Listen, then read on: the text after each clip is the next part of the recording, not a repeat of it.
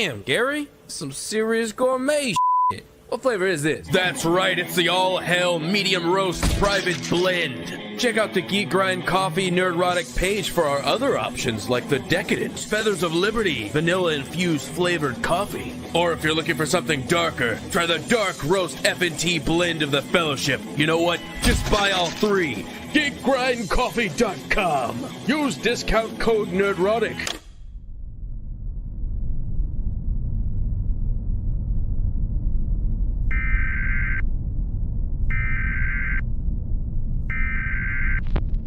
Nerdrotic.com. Welcome, travelers, to the fringes of reality, where the strange and mysterious meet, and the thin veil between fact and fiction is torn.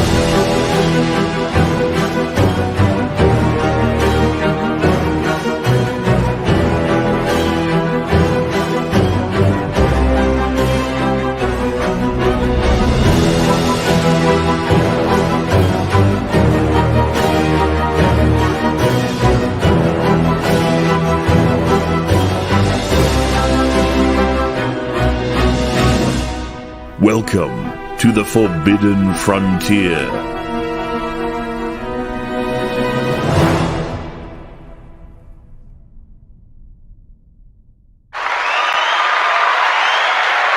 Oh, shit. I'm Razor Fist again. It's Razor Fist.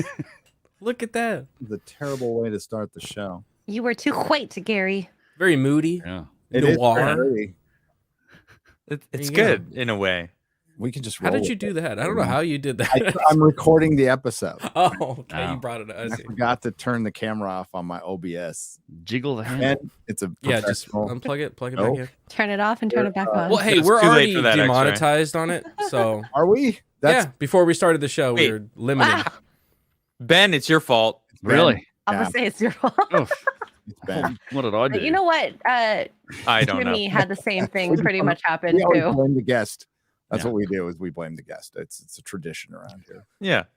Welcome, John Orchard, to the memberships. This is I'm gonna dip out and dip back in. Garrett, you got this. This is Forbidden Frontier with Gary from Nerdrotic. Hello, Gary. Wait. Oh, nice. Very nice. Okay, thank you. And Adam Crigler. You know, I missed the last interview, and I was really bummed about it because Jimmy is fantastic. Love his videos.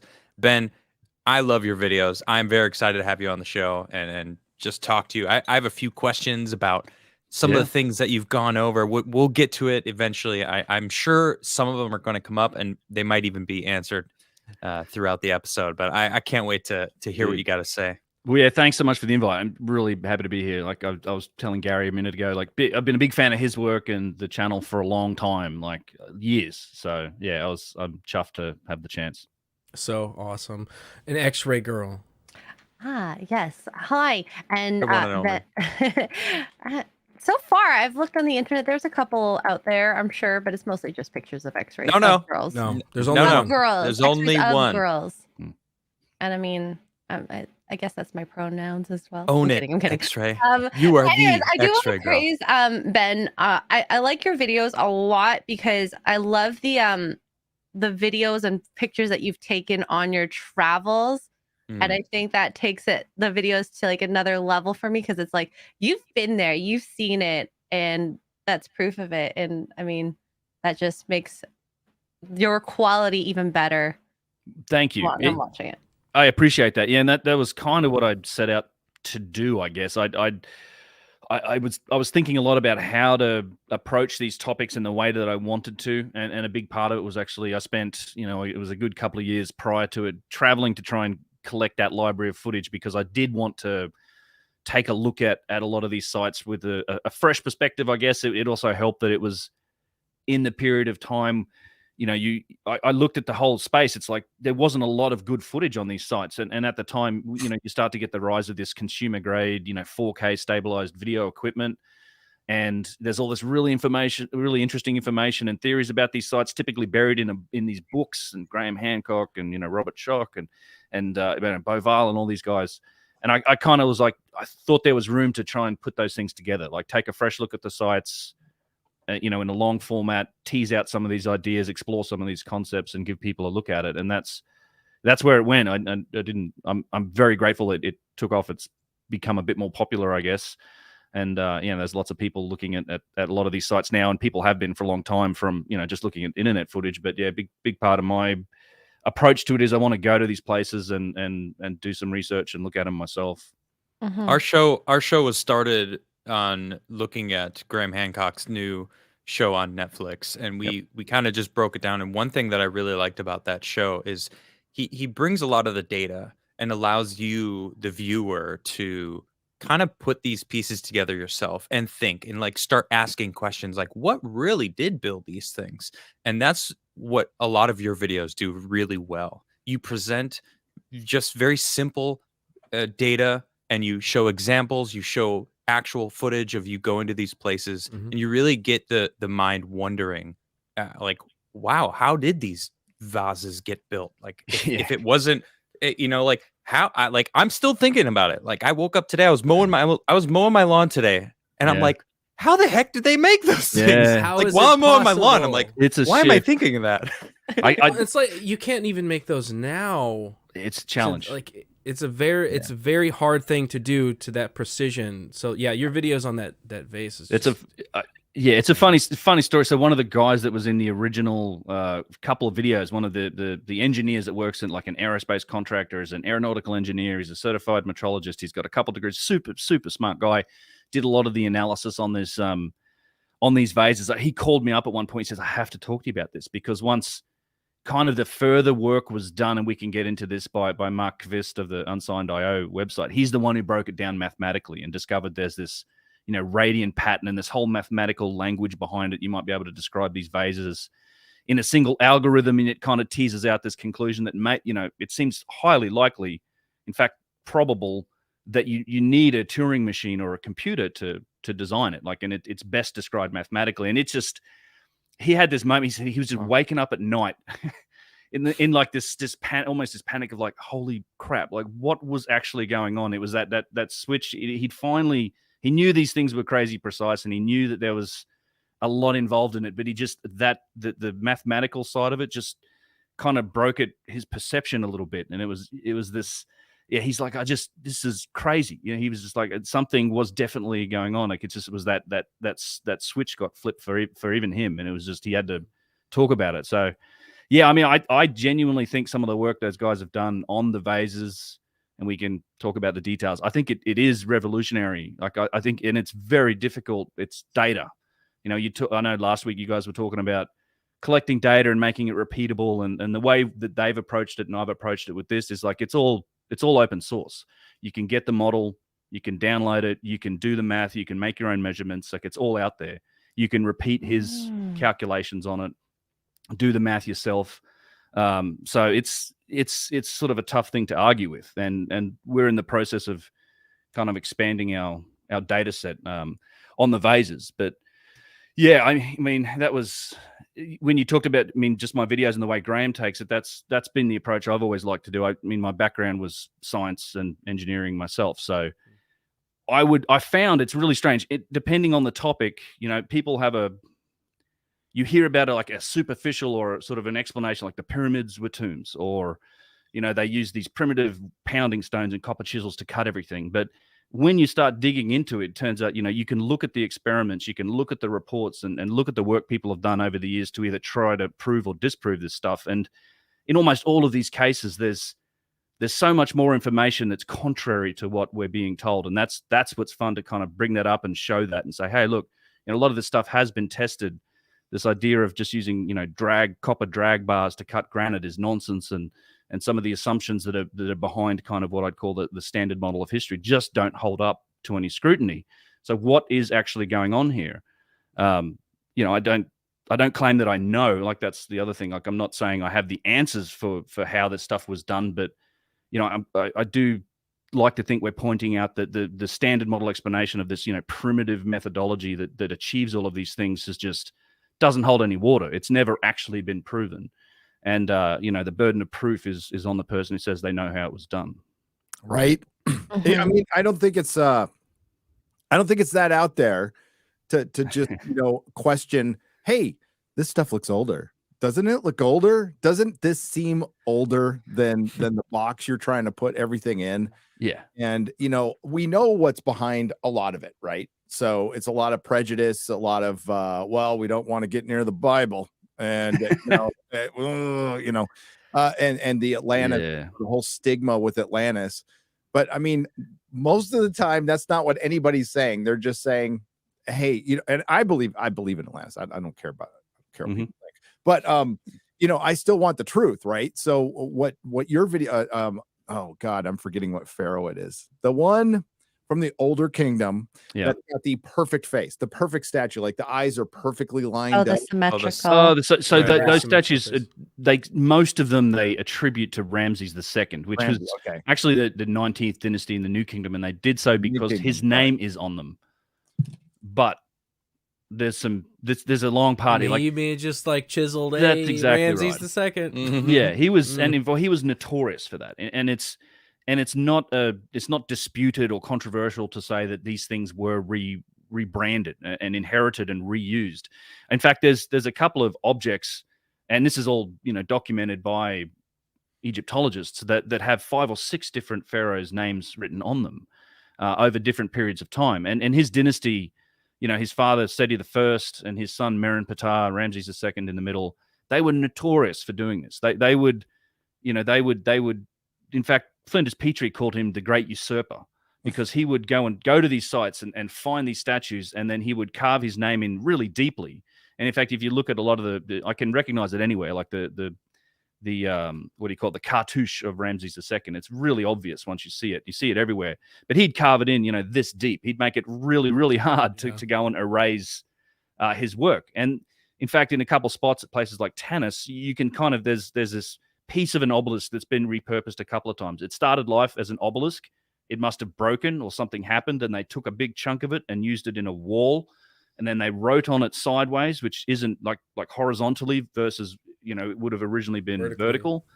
And then it was coming along and it was being recarved over with an entirely new writing, and it was sort of stopped halfway through. So you sort of have this idea of this one piece of stone. We have no idea how ancient it was.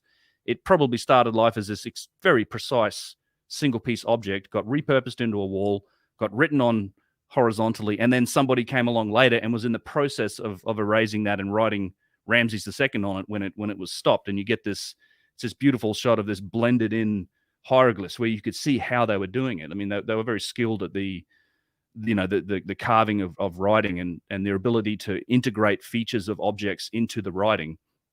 And you see it all over the place. Once you start seeing these sort of things, it's like all of those statues that they attribute to Ramses II at these massive temples like Luxor and Karnak. I mean, they have his cartouche.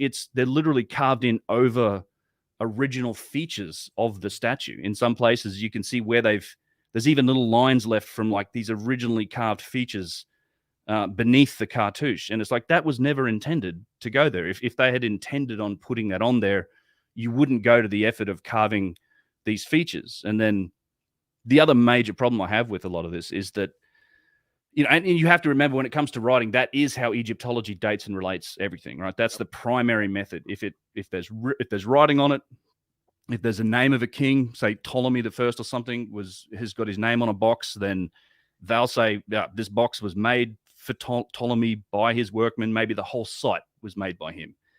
There's a huge gap between the technology that's required to do this writing. Often it's quite primitive. You can see how it's been done with flint chisels. You can see the tool marks.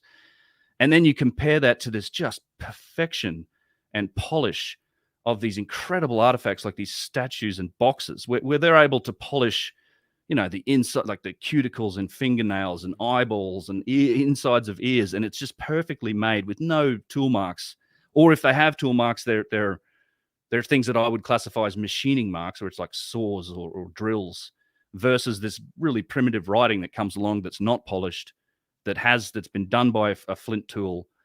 And it's very difficult to attribute that to the same group of people. Like, it's not like, it's not like there was a different person doing the writing. I mean, even today, you know, stone, you might have an artist that draws something on the stone. It's still a stone worker who comes and carves it in, right? You can write as, you might be fantastic at writing on a piece of paper. Try and carve something into stone. It's a whole different skill set. So it's all about the tools. Yeah, tools and your ability in the to use medium. them. Like if you were a sculptor in a certain medium, doesn't track always to another medium like stone, granite, marble. Yeah.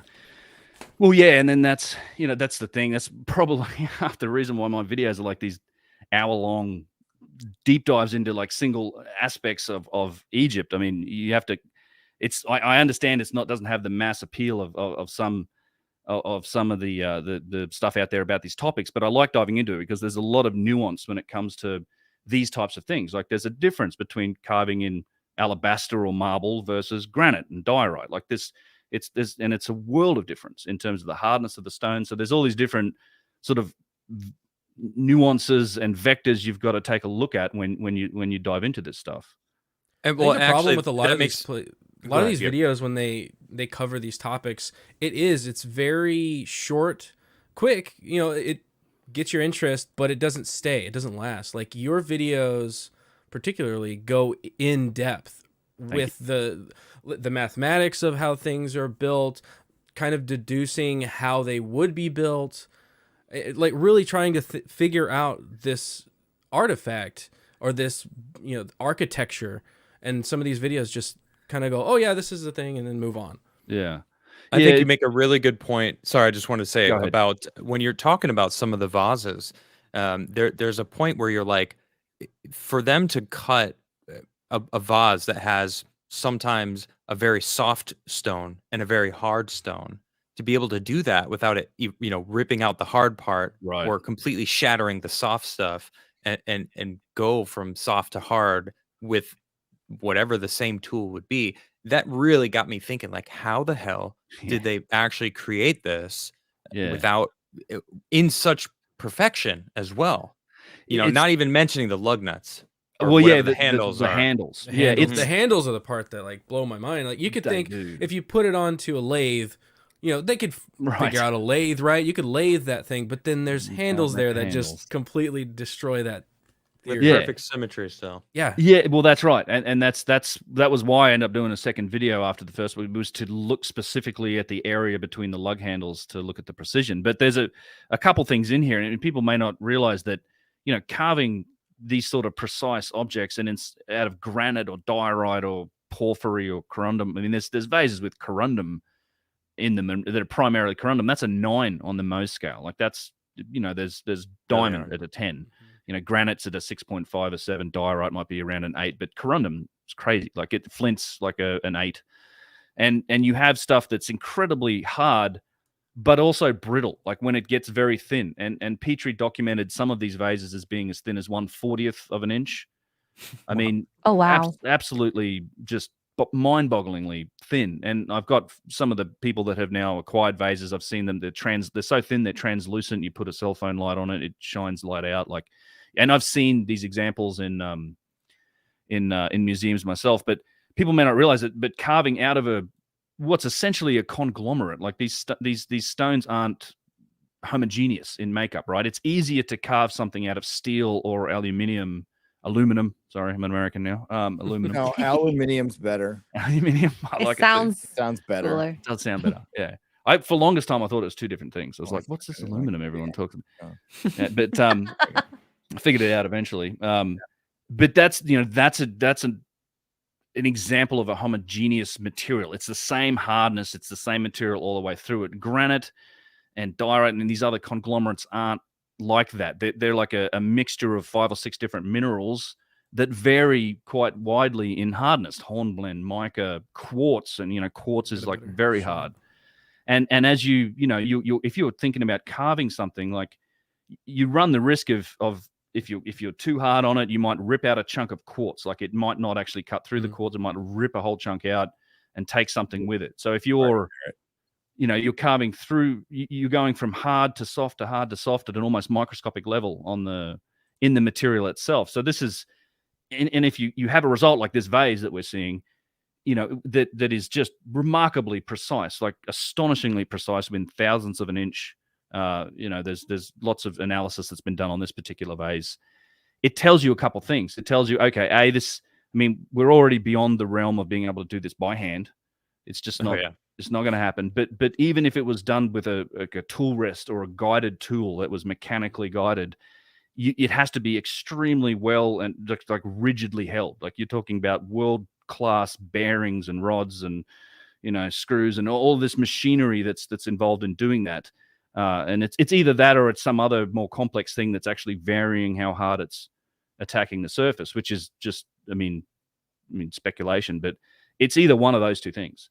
Like it's really remarkable when you get into these details. And I don't know where it's all going to go, but we're building up more and more of our data set now. When we're trying to, it's not so much the issue getting the scans, it's doing the actual analysis that's behind the scans to put it into these CMM machines and do the geometric analysis, and then be able to have somebody like Mark do the mathematical analysis on it and try and match it to patterns and see if there's something behind it. But overall, one thing I've noticed, and it's kind of a theme that I'm homing in on, is what we see when we look at ancient Egypt. And we also see this in other places like Peru, South America, a whole bunch of places around the world. It's something I'm calling it like a tale of two industries, because we have primitive vases. We have alabaster or white calcite vases, much softer, clearly made by hand. I mean, that's one of the reasons these vases, I think, are such a smoking gun, is that these really hard stone vases made from all these, and they're beautiful and symmetrical. Mm-hmm. They exist from way before the dynastic Egyptian civilization ever started, which was more or less around 3000 BC, 2900 BC. I mean, we've found these vases in burials going back 15,000 years. Wow. These sort of hardstone vessels. 15,000 years. Yeah. I mean, the conventional thought is just chisels. They just thought they chiseled these. Conventional, very good chiselers. Yeah, very good chiselers. And it's really strange because perfectionists. You look at these pre-dynastic burials that go back thousands of years before the civilization ever started, and they're primitive. Like it's a guy that's in a fetal position in a fairly shallow grave, and you've got these artifacts with them, which are some very primitive handmade pottery, not made on a wheel, like no pottery spinning wheel, like handmade pottery, and these incredibly precise hardstone vases. And there's nothing else that indicates that they had the sophistication or ability to carve this sort of stone. But we see this stuff repeated again and again and again, and then we see it in the early parts of the Old Kingdom, the Third Dynasty in particular. A guy named Djoser, who built this big step pyramid at Saqqara, and beneath that pyramid they found 45,000 of these vessels, these galleries and halls. There's 6 miles of tunnels down there at least. They're still exploring. In fact, they've only just opened this up for visitation, and you can go down there, and it's one of my favorite things to take people down because it's a real adventure. You get down into this maze of tunnels that's like a couple hundred feet below the ground. There's a lot going on under the ground there in Egypt, but in these areas, that's where they found all of these hardstone vases and vessels. And even the mainstream Egyptologists, the museum at Saqqara, they don't attribute all these to Djoser. They say that these were inherited objects, probably from earlier times. It's because some of them had poorly scratched names of previous rulers on them. They have to say that. I think they kind of ignore the fact that they keep going back further and further in time. Mm-hmm. But what's interesting about the vases is that you get to the Fourth Dynasty, the next dynasty, there's still a few of them existing, and then they pretty much just stop. There's no more. There's a couple of exceptions, and again, the exceptions that they attribute to later periods are because there's a guy's name that's been sort of crudely scratched onto this hard stone with these vases.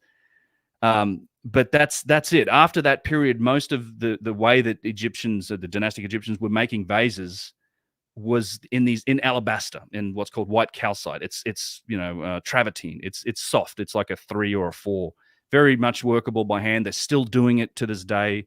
Like on the west bank of the Nile, there's these alabaster shops where they're doing traditional vase making. Like they're using the hand tools, and they're beautiful. It's beautiful stuff, right? But it's not remotely the same thing. Like they're clearly not symmetrical. They're not balanced. They're not thin. But that's beautiful artwork, and the Egyptians were very good at it. You see all the canopic jars from later periods. It's all alabaster. It's hand carved, beautiful stuff. But technologically, it's a world of difference from these hardstone vases. And what happens is you have a scene on the wall that was found at Saqqara that shows this process of how they were making these alabaster vases by hand. Really? And then like they were using these primitive, no wheel, like a crooked stick with a weight on it, and they would rotate it, and you know they're hitting on, they're rubbing on it with rocks. Still the way that they do that today in the traditional alabaster stores in Luxor. And but what happens is then the academics look at that and go, well, see, that's how they made all of this stuff. They make no difference between one industry and the other industry. And what I think happened in reality is that there was a genius around at that time that worked for Joseph. He was called Imhotep. If you've seen the Mummy movies, he wasn't really a bad guy, but Imhotep supposedly designed the step pyramid, but he was, you know, they weren't stupid. Like he was probably looking at these vessels that they'd been collecting for Djoser, and he was probably trying to figure out, how do we imitate these? How do we make these? And he came up with this process that was then used in later periods. And so you have sort of two industries that you can see. And what's really interesting is that you can apply that same principle to all these other categories of artifacts, these ancient artifacts, columns, boxes, slabs, even pyramids, statues.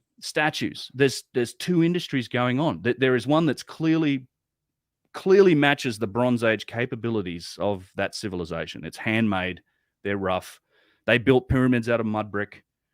They're falling away later in later periods. And then you have this other category of stuff, which is precise, and it has all these remarkable attributes. They're flat, they're square, they're symmetrical, made out of incredibly hard stone, and they go back to the earliest periods of time. They're advanced. They're advanced.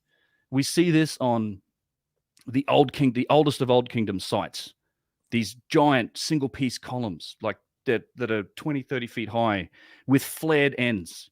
Like, that's remarkable. Like you have to, for you to quarry a piece of stone, a giant piece of granite, and then just have it come in and be narrow and narrow and narrow, and then flare it out again and have it be perfectly symmetrical and single piece. It's incredibly difficult.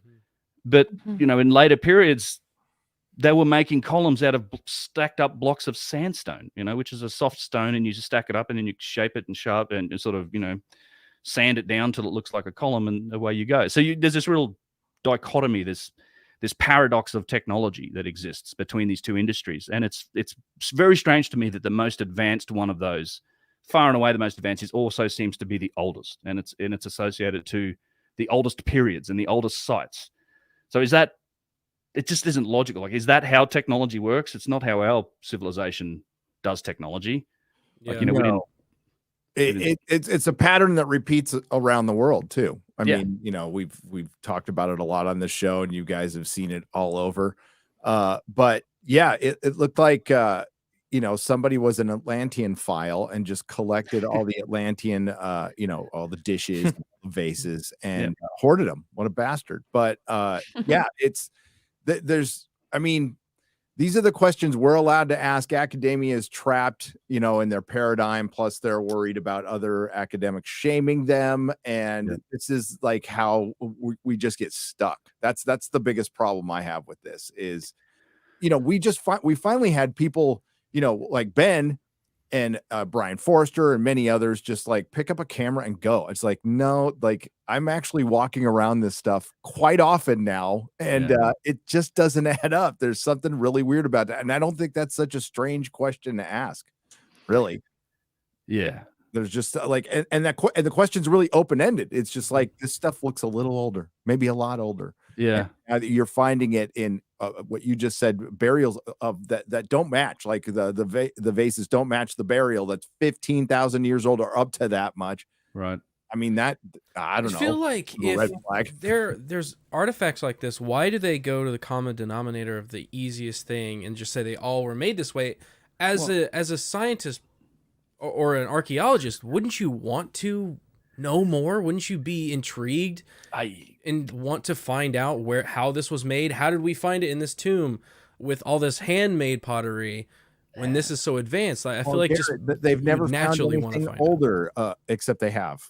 And there's right. Yeah, we keep finding that everywhere. This is actually older than the dead stop of civilization. It's like, well, yeah, they have actually. It's a funny it's a funny story relating to Göbekli Tepe that they do that. Exactly. Yeah, UNESCO called it the 0 point in history, and then when they found Karahan Tepe, it's at least 500 years older than that. So we were calling it 0 point minus 500. There you go.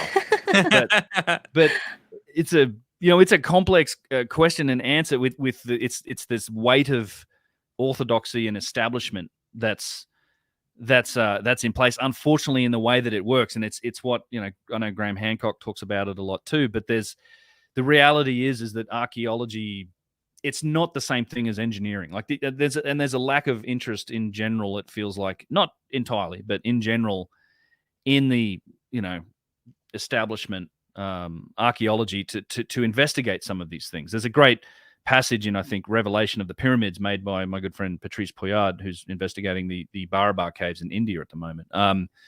In that you have awesome. Those caves are amazing. incredible. I want to see them.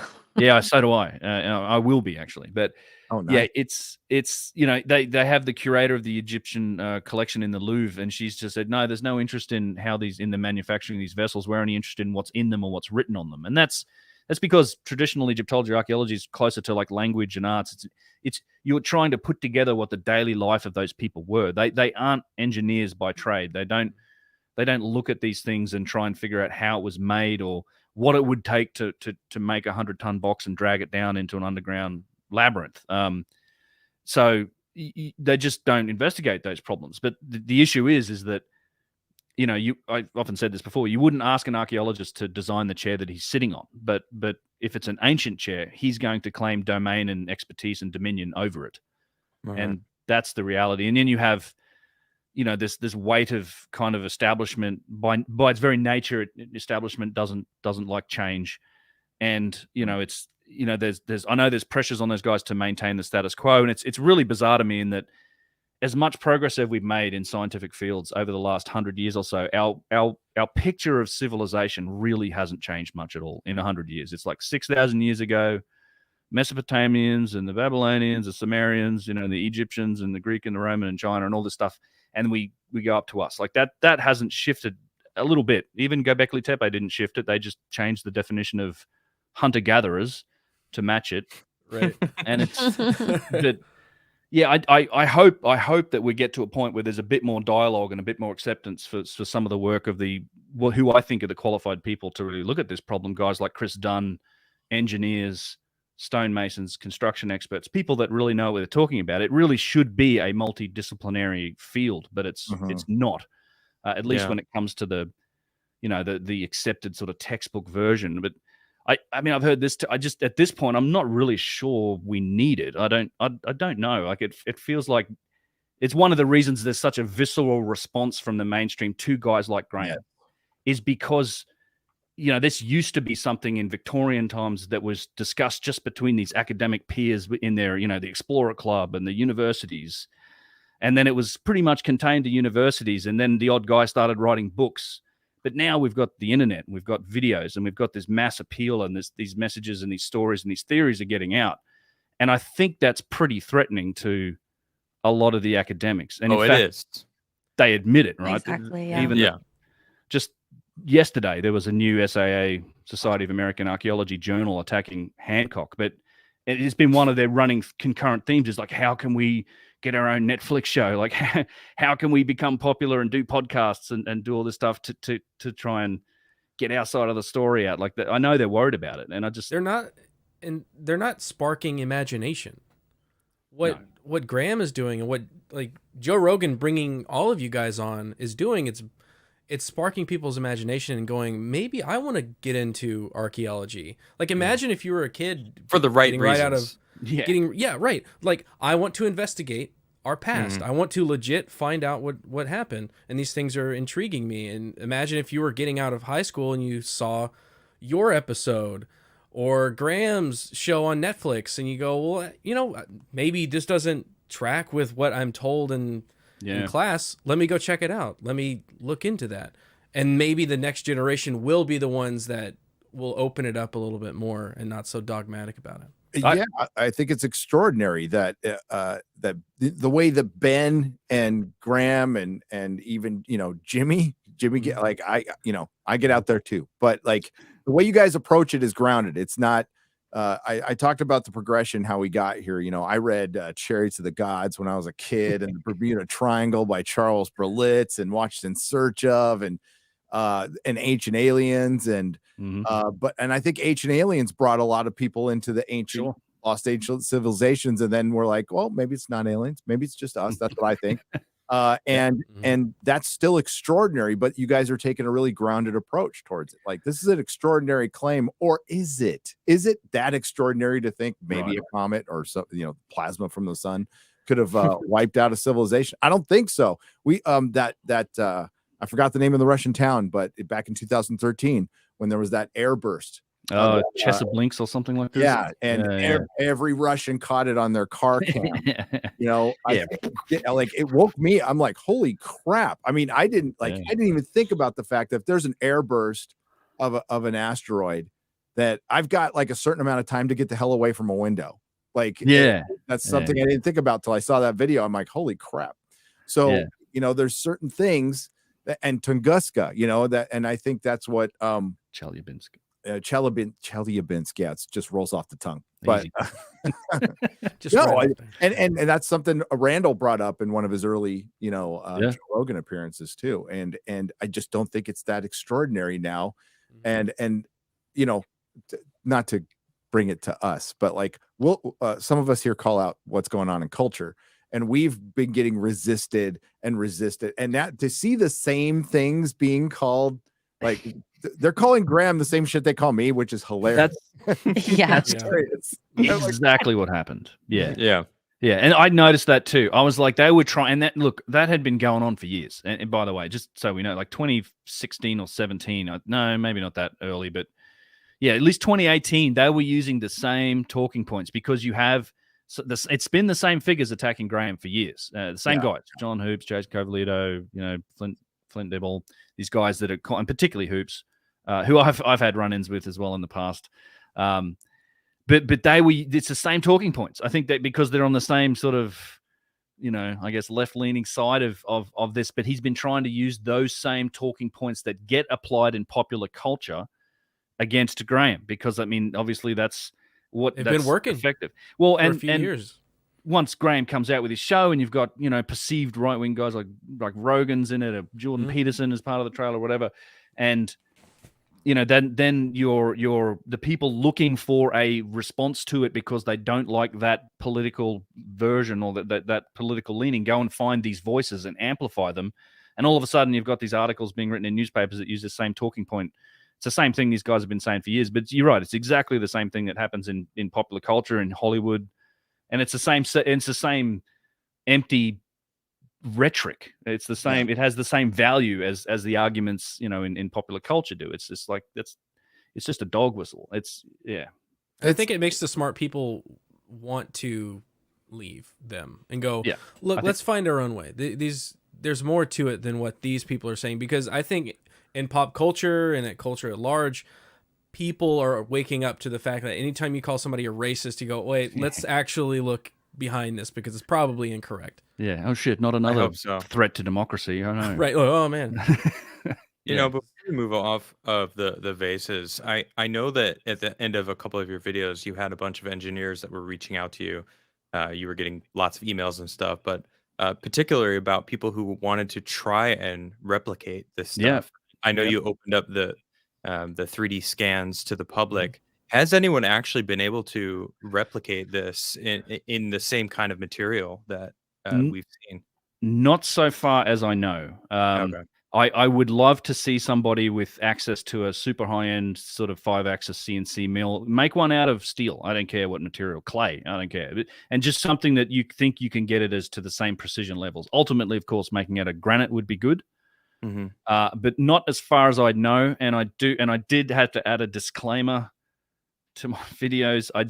Did you? People need to be careful. I mean, if you're going to start playing with, anytime you use toys, it's dangerous, because there was a guy who decided to start way down the technology, sort of started to go. He was like, I'm just going to move up from primitive to more advanced and see how I get. And I think he suspended like a piece of granite and then wound it up on a rope to give it this inertia, and then spun and then tried to to start carving or doing something with it and broke his elbow. Oh, shit. And it's like, dude. Oh it's my. like, so, you know, tool playing with tools and power tools is dangerous, and sort of lot of momentum and spinning rocks is dangerous. But I would love to see it. I have not yet seen it. And we can, if people do have it and they claim that they think they're close, and I think we can get stuff scanned. I think that's entirely part of the experiment. If somebody can do it, we do want to see it. Yeah. And I mean, I want somebody to try and make one by hand and think that it's anything like that. And sure, if you think you can, go to town, and then we'll get it scanned. But if it's obviously not precise, then I'm not going to waste the time and effort to scan it. But yeah, as long as it's documented, right? And that's part of it. We want to get to the truth of it and see how difficult it really is. With all the analysis on the vases, that's one of the issues that, you know, Alex Dunn and Mark in the article about the vase has also said, is that even if you think this thing isn't ancient, if you've got issues with it, so you think it's a fake, it's just, I defy you to make it. And even think you could do it for anything less than hundreds of thousands of dollars of time and effort, because you're going to be grinding away tools. You need access to the very best five-axis CNC mills to even attempt this. And there's some parts in it that, unless it's a 5-axis mill, I mean, even, you know, it looks like it's been made in one pass. Like there's no discernible loss of precision in those areas between the lug handles. Mm-hmm. So you can't do it on a lathe. It's got to be a 5 axes of freedom. Or then you have to handle tool changes. There's a lot of nuance here, but there's, even in our best machines today, just put it this way, this comes from people who use them all the time. In our very best automated 5-axis mills today, when you do tool changes, you introduce a little bit of error. Like there's a slight loss of positional calibration on where the tooltip is. And that's just an unfortunate reality of these tools. And we just don't see that on this vase. Like that's what's astonishing about it. It's like, what is going on here? For the people in the chat, Ben, how old is the vase, or do they think is the vase? Well, it's pre-dynastic, so we know it's been in private collection since the 1980s. I don't know what site it came out of. Most likely it came from Saqqara. Most of them came from Saqqara. There's 50, 60,000 of them ultimately were found on that site, 45,000 beneath the step pyramid, but lots more around the site. But they do come from other places, Giza. But it's in form. And I'd go to some length in my videos to compare it to, in form, it very much resembles pre-dynastic vases of the same type. In fact, there are some that may well be identical. I'd love to get access to them, particularly the ones in the Cairo Museum, that look almost identical in shape and size, almost every aspect of them. But it's very much a form of a typical pre-dynastic small vase that we'd find. And that's the way it's been sort of sold and put into collection. We know it's been in there at least since the 80s. I very much doubt we had the capability to make this type of thing in the 1980s. But the way, and again, it's not like why doesn't it have a piece of paper that says where it's from? Well, you know, there's been a black market and antiquities market for these sort of things for a long time. You have to understand how this has worked. So for the last several hundred years, European nations, France, England, the US, Germany, Austria, they've all been involved in kind of the governance of Egypt to some degree. They've certainly been involved in excavating these sites. A lot of stuff just gets taken. I think that's still the case today. Some stuff, the people that are there that are in charge probably just take stuff that they want to keep private. And then a lot of it is also given as gifts. Like you have somebody who's the governor of a region of Egypt, then the Council of Antiquities might present him with some artifacts. And then these things find their way into the market through estate sales and they get handed down through families. And there's a lot of this stuff out there. You can go and search on some of the big auction house sites around the world and find pre-dynastic vases. And the more provenance they have in terms of the more documentation they have, the more expensive they're going to be. But if there's too much provenance, then you run the risk of like, hey, Egypt's going to want them back. They're going to make a fuss. They're going to claim it back for the museum. So it's like this little game that gets played. And I can tell you that as a result of these vase videos, I've had people reach out to me, some entrepreneurs and lots of people with, fortunately enough, the money to go and do this stuff. Some guys have bought like 7, 8, 9, 10 vases, spent hundreds of thousands of dollars buying these things. And some of them have very good provenance.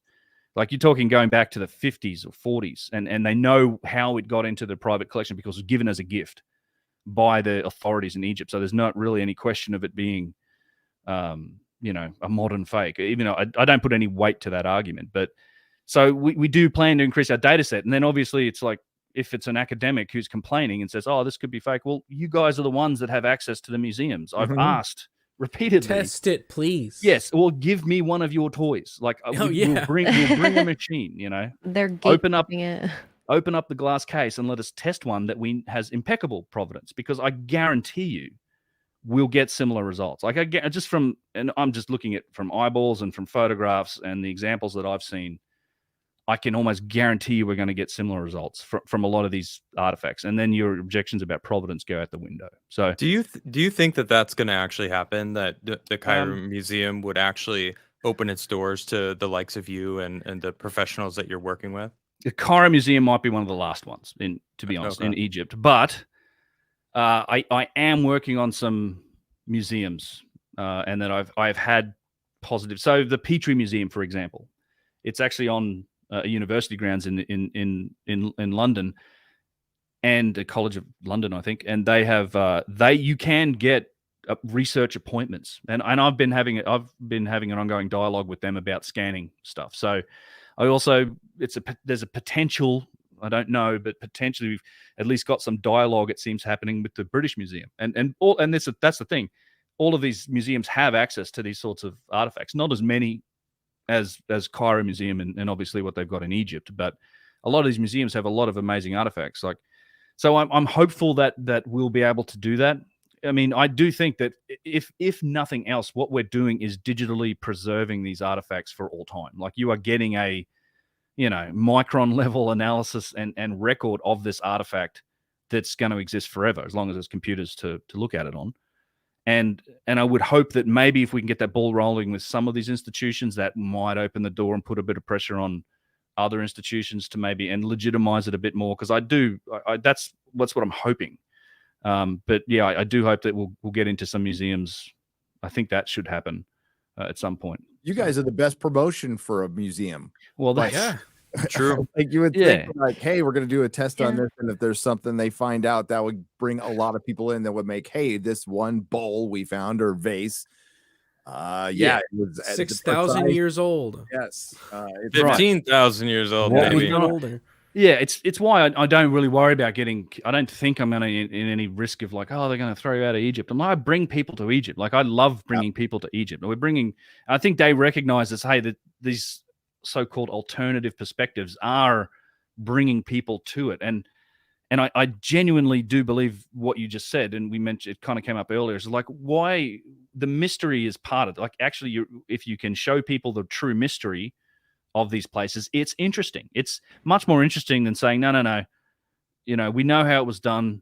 It was all done with just copper chisels and pounding stones and time, and we don't care about anything else. Like, that's it. And the Boring. funny thing, that's just it.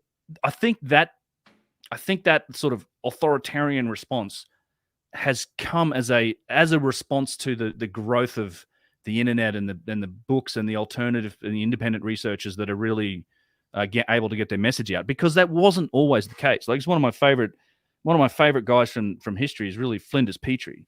Like Sir Matthew William Flinders Petrie, a fantastic guy. He was the first one. It's just like after the industrial age started, the first guy to truly take kind of an engineering approach to these things. Like, before that, people just like, let's use gunpowder and dynamite. We're looking for pressure. Who cares?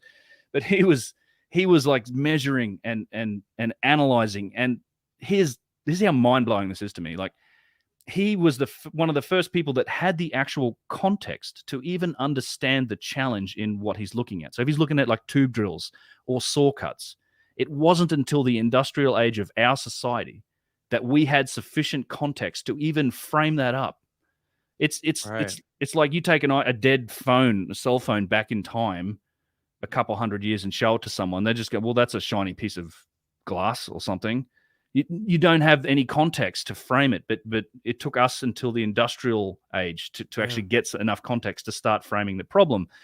And Petrie was doing that.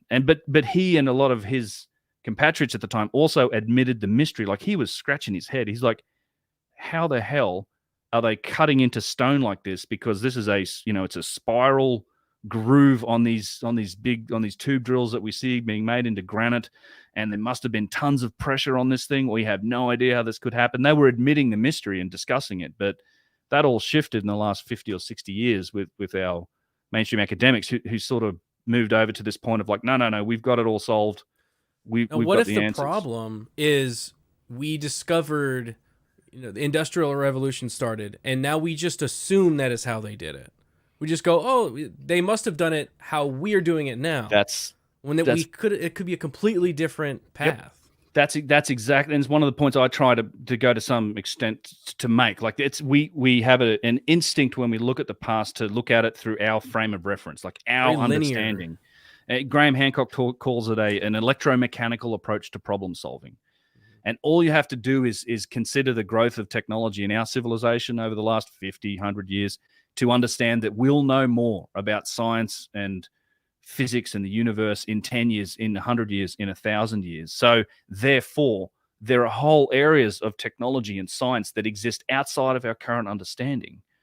And it's quite possible, I think, that some of the solutions to these problems, and some of these problems, I think, are like, what were they for? Because I'm convinced that stuff like the boxes in the Serapeum were functional. I even think the Old Kingdom sites were probably functional. There's channels running underneath the floor and all these hints at it. The pyramids probably doing something.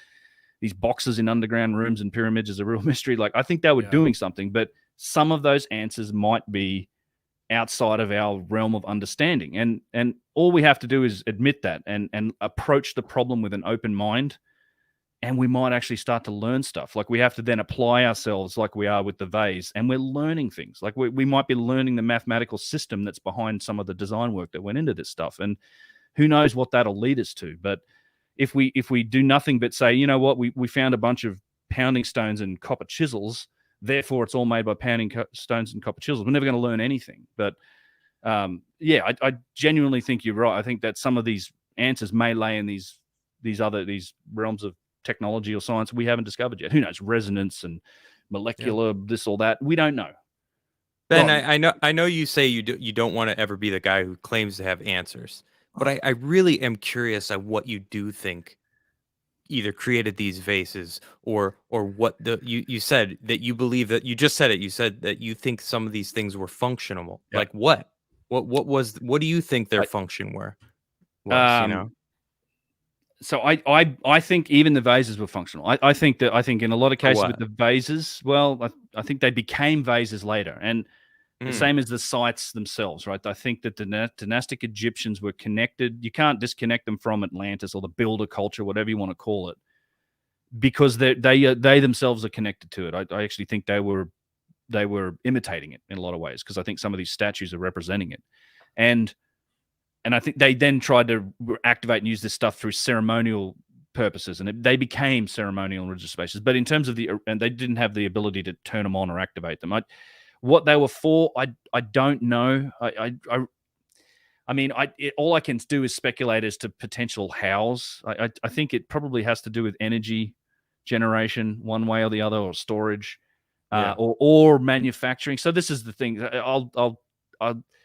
I'll tease this. I probably shouldn't, but I've read some of anybody.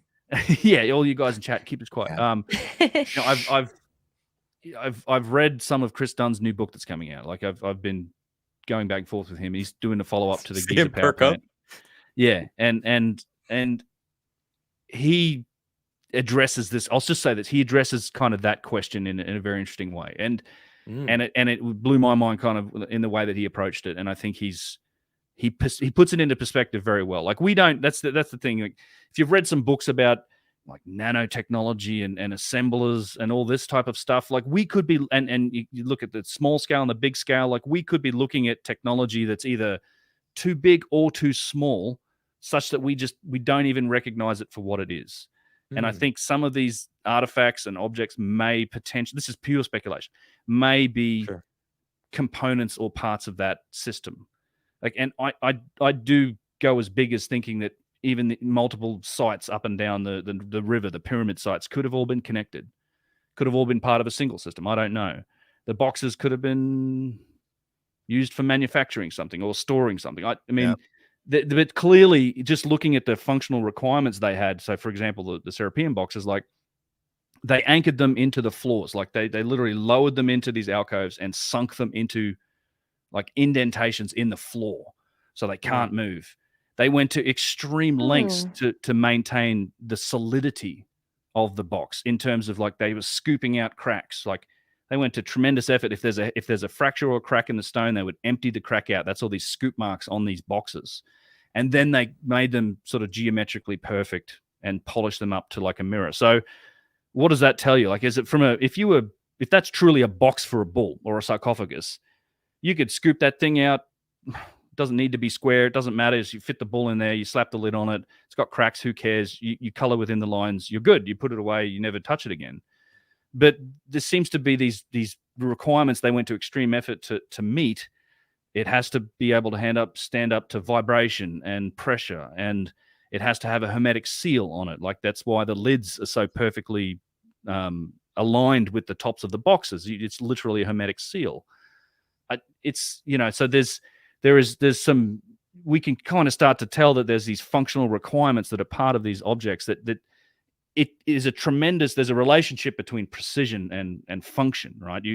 You only develop precision in order to get a return on function. It's an expensive process to develop. Think about things like, microchips. We're down to like 10 nanometer processors or whatever, 10 micrometer process in developing chips, and that's cost billions of dollars to get there.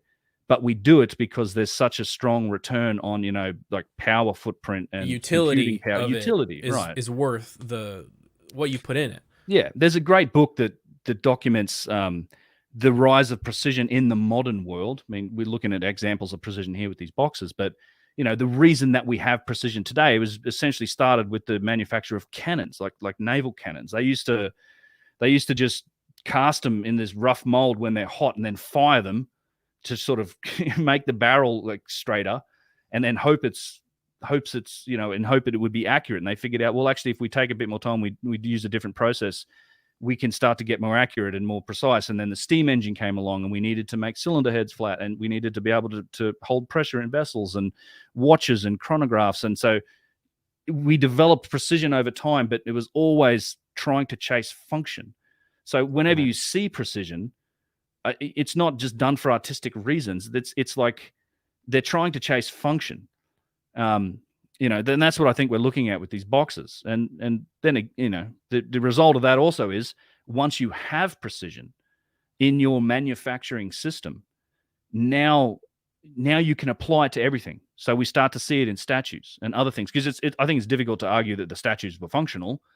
But if you have a manufacturing system that supports a high degree of precision, and maybe you're using computers to generate everything, or mathematics, you're naturally going to end up with this precise output that is going to be symmetrical. It's going to be bloody close to perfect. And we do the same thing today. Like, it's car panel gaps on cars used to be really crappy in the 60s. And now we've got much more precise panel gaps and manufacturing systems to make these cars. Do they need to be? Not really. But they are, because it's the result of the manufacturing system. So, yeah, that's in the Serapeum, like, this isn't the best example, but because the lid, but these things are polished, like Ben said, you could see a reflection on them. And this is another example of the hieroglyphics are like crudely put in on the outside, clearly not the same precision. And then, Christopher Dunn has like climbed into these things and measured them. I can show you pictures of the stuff if you want, but hell yeah. Yes, please. And, I know you mentioned resonance and frequencies a little bit, and my first view on that was watching the Pyramid Code back when it was on Netflix, and I loved that show. And it was this guy Abdel Alyan. I don't know how to say Abdel Hakim Aywan. Yes, that's it. Yeah. So he was talking. That's from the Pyramid Code. Yes. So he was talking about some of these pyramids that weren't the Giza pyramids, but further down in the Nile, there was these pyramids that his parents or his grandparents or like passed down to him, that they were for sickness and ailments, and they would resonate at a certain frequency to heal you. And I was like, that is amazing. Like, why don't we talking about that? Because that feels like a whole nother industry. Like you're talking more of the technological side of it, of creating this stuff. But what is it for? Like if it's meant to resonate at a certain frequency, listening to you going inside the Great Pyramid and the guy you were with humming, it was like I got chills sitting at my computer listening to it. And I'm like, that's amazing. I need to be in there and feel what that feels like in that chamber. It's amazing. The Indian resonance chambers. Each one has a different harmonic resonance. Yeah. What I mean, was that's the a whole. purpose? Hakeem, The Indian runs, right? The Yeah, Barabar. Barabar with the precision caves, Yeah. like they're literally doing mathematical work on those caves. I'm just going to throw up a couple pictures of some Serapeum stuff here. Sure. But Wow. yeah, Abdel Hakim Aywan, that's Yusuf's father, like the guy that I work with closely in Egypt. That was his dad. Father. Yeah, he was a very famous indigenous wisdom keeper and guide. He kind of founded the whole chematology movement. Yep. He was the Awesome. guide for, funnily enough, he was the guide for guys like Robert Bovell, John Anthony West, Graham Hancock back in the day. He was one of the original guides, and he had a lot of what you would call an indigenous knowledge. It's kind of like the other side of the academic coin. It's the stories that are passed down, sort of word of mouth and oral traditions that are passed down through the people. All the way up from past Solon, dude. Yeah, exactly. And he was very interested in things like the sound healing, these sound hospitals. And one of his theories was that yes, indeed, these things were a sound hospital, and he actually they were doing and healing people at those sites. I mean, I've heard Yusuf talk about it quite a bit. There's Zahi Was shut him down eventually. They were taking people to these places, and whether it's anecdotal or the placebo effect, I don't know. I don't know what to put to it, but they were actually getting results and doing things based on the resonance of some of these spaces. I mean, I mean, there's a lot to it. Trust me, if you ever get the chance to experience the resonance and things like that you can achieve in some of these places, it's like nothing you've ever felt. And I know a number of places that you can do that at. And you can imagine the state of these places right now when they've thousands and thousands of years old. They've been maybe some of the key pieces taken away and used for other things by people throughout the centuries. Like imagine them in their pristine shape when they were perfectly built for these resonances to really heal you. Like who knows? Yeah, who knows? There's a lot of stories like that come through that indigenous side of things. There's like the Hotep at Abu Ghraib, this giant alabaster, this big crystal Hotep that you can, if you lie on him. I mean, it's a real strange phenomenon. Like you do feel things in Egypt, like whether or not it's just being excited to be in the place. But my first trip there, I went in. I've got like analytical thinking. I'm thinking I'm just going to look at this, but and Chris Dunn report the same phenomenon. It's just like, but when you get there, it's like a real left brain, right brain thing that happens. There's a really emotional response that you have to it as well, and there's a feeling you get there and in these places, and like running around inside the Great Pyramid for a couple of hours is. I mean, it's surreal, and I can't tell if it's just like, are you just excited and happy to be here, or is there actually something else going on? Why not both? That could be sounds both. awesome. I want to do it. Yeah, you should. Me too. You guys all should. That would be. Were you able to touch the stuff, or was it kind of behind some? You can touch it. Oh, when we go, like for You example, can touch it, X-Ray Girl. I don't know. You know how like museums you can't. Well, these aren't all museums. It depends. It depends how you go and who you go with and how things happen. But I mean, on our trips, we do things like we rent the entire Great Pyramid out for 2 hours. Wow. So a private visit. And so normally if you go there on a tourist ticket, you can get into the Grand Gallery and up to the King's Chamber, so-called King's Chamber. Wow. But in our trips, like they'll open up all the doors. So you can go down all the way down to the subterranean chamber, which is a real trip. Is that the one that you supposedly can walk all the way to Saqqara? Well, is that true, by the way? I mean, this is literally a story I heard from Hakeem LA through Yusuf, and Hakeem I never met Hakeem, but he was reported as saying that a man could walk from Giza to Saqqara without the sun hitting his back, and I assume he was just talking about at night. So, and I wouldn't be surprised. Like I think there was, there's so much under the ground there that we have yet to explore. Like there's literally at the bottom of the subterranean chamber in the Great Pyramid. It's like a 300-foot shaft that deviates less than a quarter of an inch over the length. It's an incredible engineering achievement. There's this giant chamber that's in the bottom, and in the on the left side of it as you come in, there's like also a giant hole that's dug down. It goes down another like 30, 40 feet. And at the bottom, there's granite. Like there's like a granite piece with tube drills in it. And we don't really know where it goes or what's beneath it. And the same thing is there there's something called the Osiris shaft that sits it's halfway up the causeway of the middle pyramid between the Sphinx and the pyramid. And I've been in there a few times too. And it's like 3 levels down. It goes down 150 feet. And at the bottom, there's a big chamber with a box in it. And today the water level's risen right up, so you can't see much in there. But at one point, Zahi had the water pumped out, and there's like a Fox Channel interview and video he did from I think it might have been the 90s or early 2000s. And there's passages that lead off from it, both sides, towards the pyramid and towards the Sphinx, and they've never been explored or excavated. They're still digging at Saqqara. Like there's like I said, 6 miles of tunnels beneath the step pyramid. And all these levels, and I've been down to some of the levels you're not, to the active levels where they're digging. The chambers get even bigger. Like there's big spaces down there, like several levels below, these other tunnels, and they're literally still trying to dig them out and slowly excavate and get to them. We just don't know how far this stuff goes. And you go to Turkey, which is not very far away. You have entire cities that are underground that can host 100,000 people or more. So whatever happened, it does seem like at some point, we made a concerted effort to get away from the sky, or something that was happening on the surface of the planet. And it turns out we know a bit more about that now, right? It's just a bunch of guys in sandals got bored, wanted to dig some tunnels. Like, hey, let's dig a hole. Use chisels. Right. Let's see if we can get to the other side of the world. With rock.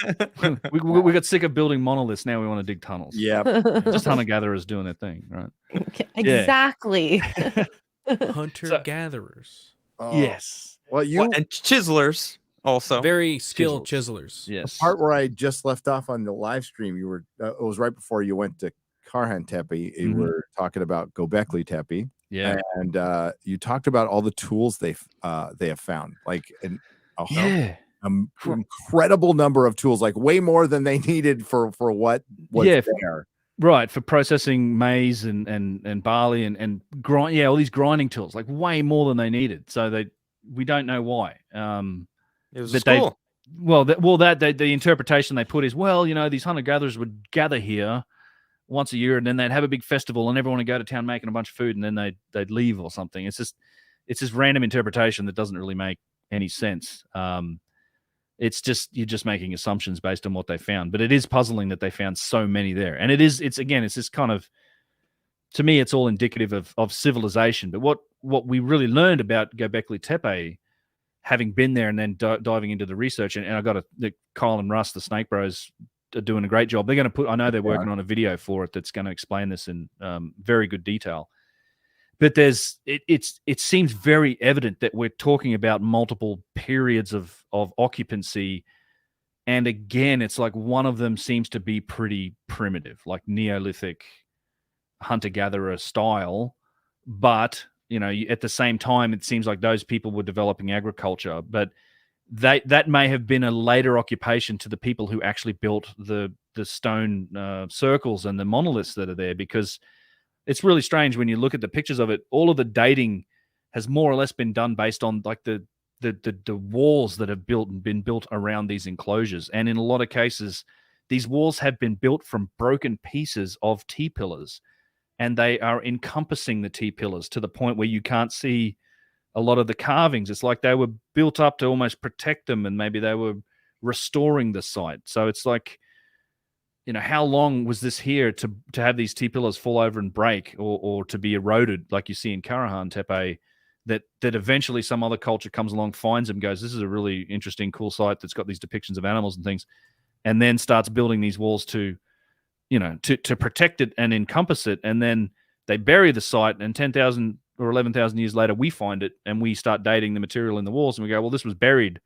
11,000 years ago. But that may have just been the last time people were there using it. Right. How long were they using it? Yeah, right. I don't know.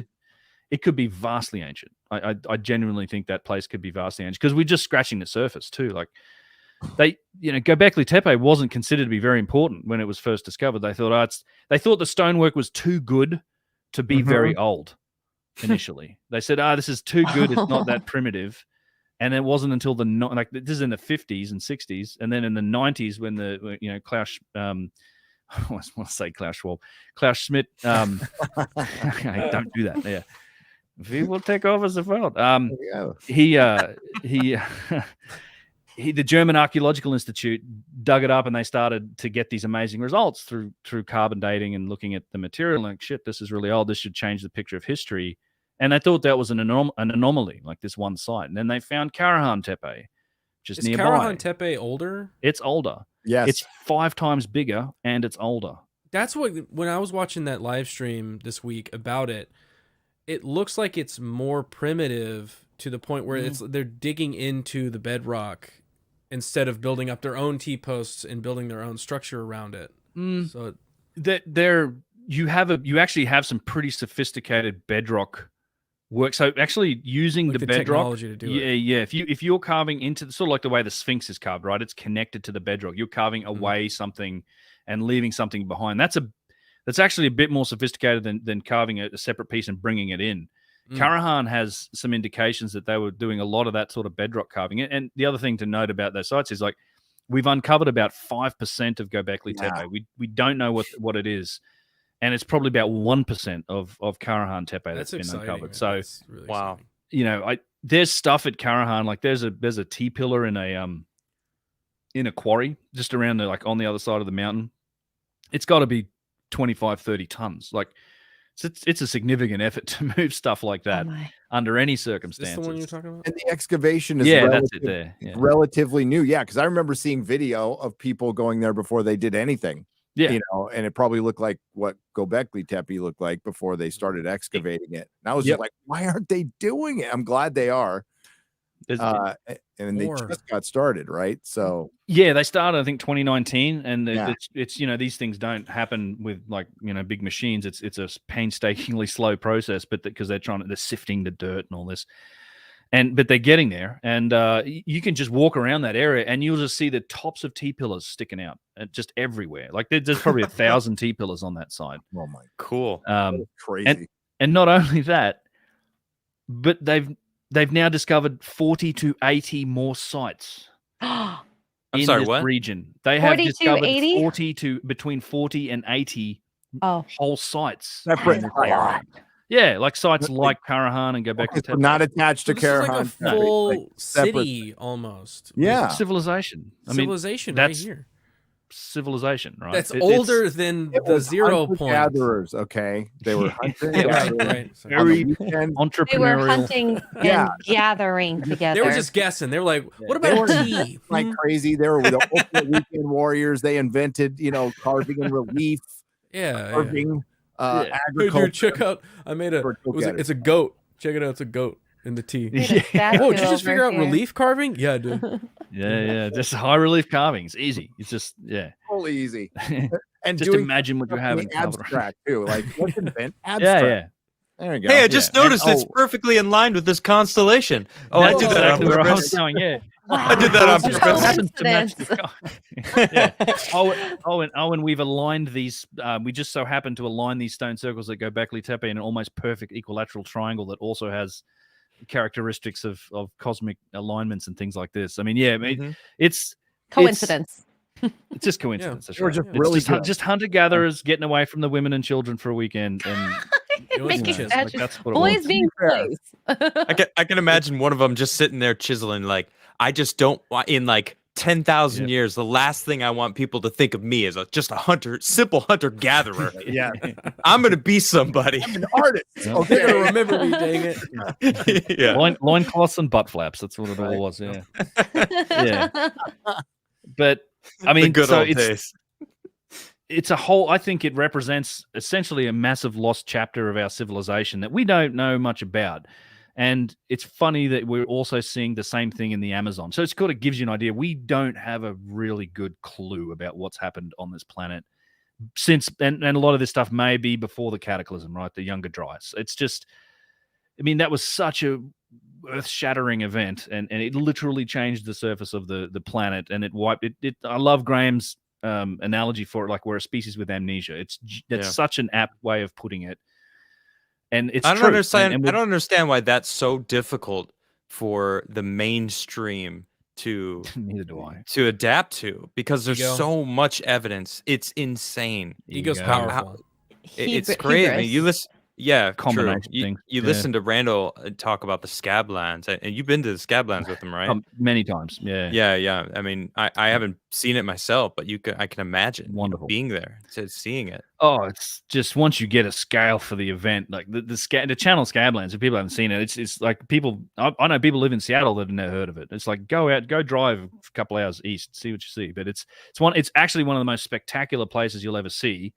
It kind of rivals the Grand Canyon in a lot of ways, but absolutely spectacular. It's a great place just to go camping and visit and drive around. But once you get to put the context of what actually happened there with these mega floods at the end of the Ice Age, it just blows your mind that the power of the event and how it just ripped up the basalt and carved these coulees and canyons 900 feet deep, and you're talking like 400 or 500 times the volume of all the rivers flowing in the world at one time, like of water coming through there, and just literally destroying everything. I mean, it's just, it was a catastrophic event, and it's a fresh carved scar in the landscape it's one of the effects that happened at the end of the last Ice Age with the rapid melting of the glacial ice, and that's always been a conundrum that's now being explained by this whole, Younger Dryas impact hypothesis, I think. And it really only represents one of the many vectors that should be affecting our view of the past. Like this was the key. The cataclysm is really the key that unlocks the possibility for all of these things. It matches all of the stories from pretty much every ancient culture around the world, be it flood or fire. The effect of this, we're looking at the flood damage that happened as part of the Younger Dryas event, but the other, I mean, in most of the other world, it was fire. Like it was, there's indications when you get into the studies that 9% of the biomass on the planet was burned. Like that's a ridiculous figure. Yeah. That would have put the world into a nuclear winter. Like it's just insane. Like our entire, America was on fire basically from be it Robert Schoch. Robert Schoch's theories. I don't know why it scares the crap out of me worse than the comet one. It makes no sense, but just the sun belching plasma at the earth and vitrifying shit just like that. I don't want to be part of that. Well, when Chicxulub hit, they say that the reason why a lot of the dinosaurs actually went extinct is because when the water came back in and mixed with the molten, it like lit up the sky. Like all that shit went into the sky, and it turned the sky to fire for years. Yeah. There's like a line that they can actually find down in like the layers. There's the black mat layer that you can find. Like we're not far from one, Garrett, apparently. That Randall. Oh, you guys should go. Yeah, and there's one because we're in Texas, and then there's the one near Winslow, Arizona, that we can certainly next time we go to California, which will be probably soon. And stand on a corner. We can in Winslow, Arizona. Yeah, we could see this black mat. My mom who lives in New Mexico said there's parts of it in New Mexico. You can find the black mat there. There's evidence all over. There's huge evidence of fires on the Channel Islands in California. They were all on fire. Oh yeah. So do you think something similar may have happened during the Younger Dryas? Because all these underground places in Turkey and Egypt, everywhere. It almost certainly did. Yeah, the Younger Dryas was probably the biggest thing to hit the planet in the last couple of million years. Like it was a big event. Like we've seen, we see if you go back into the temperature records and the ice core samples beyond the Younger Dryas, which was the period from like 12,900 to 11,600 years ago. Mm-hmm. You go back into things like they're called like the Bolling Alarod period, or the Bolling and the Alarod. Then there's the Elder Dryas.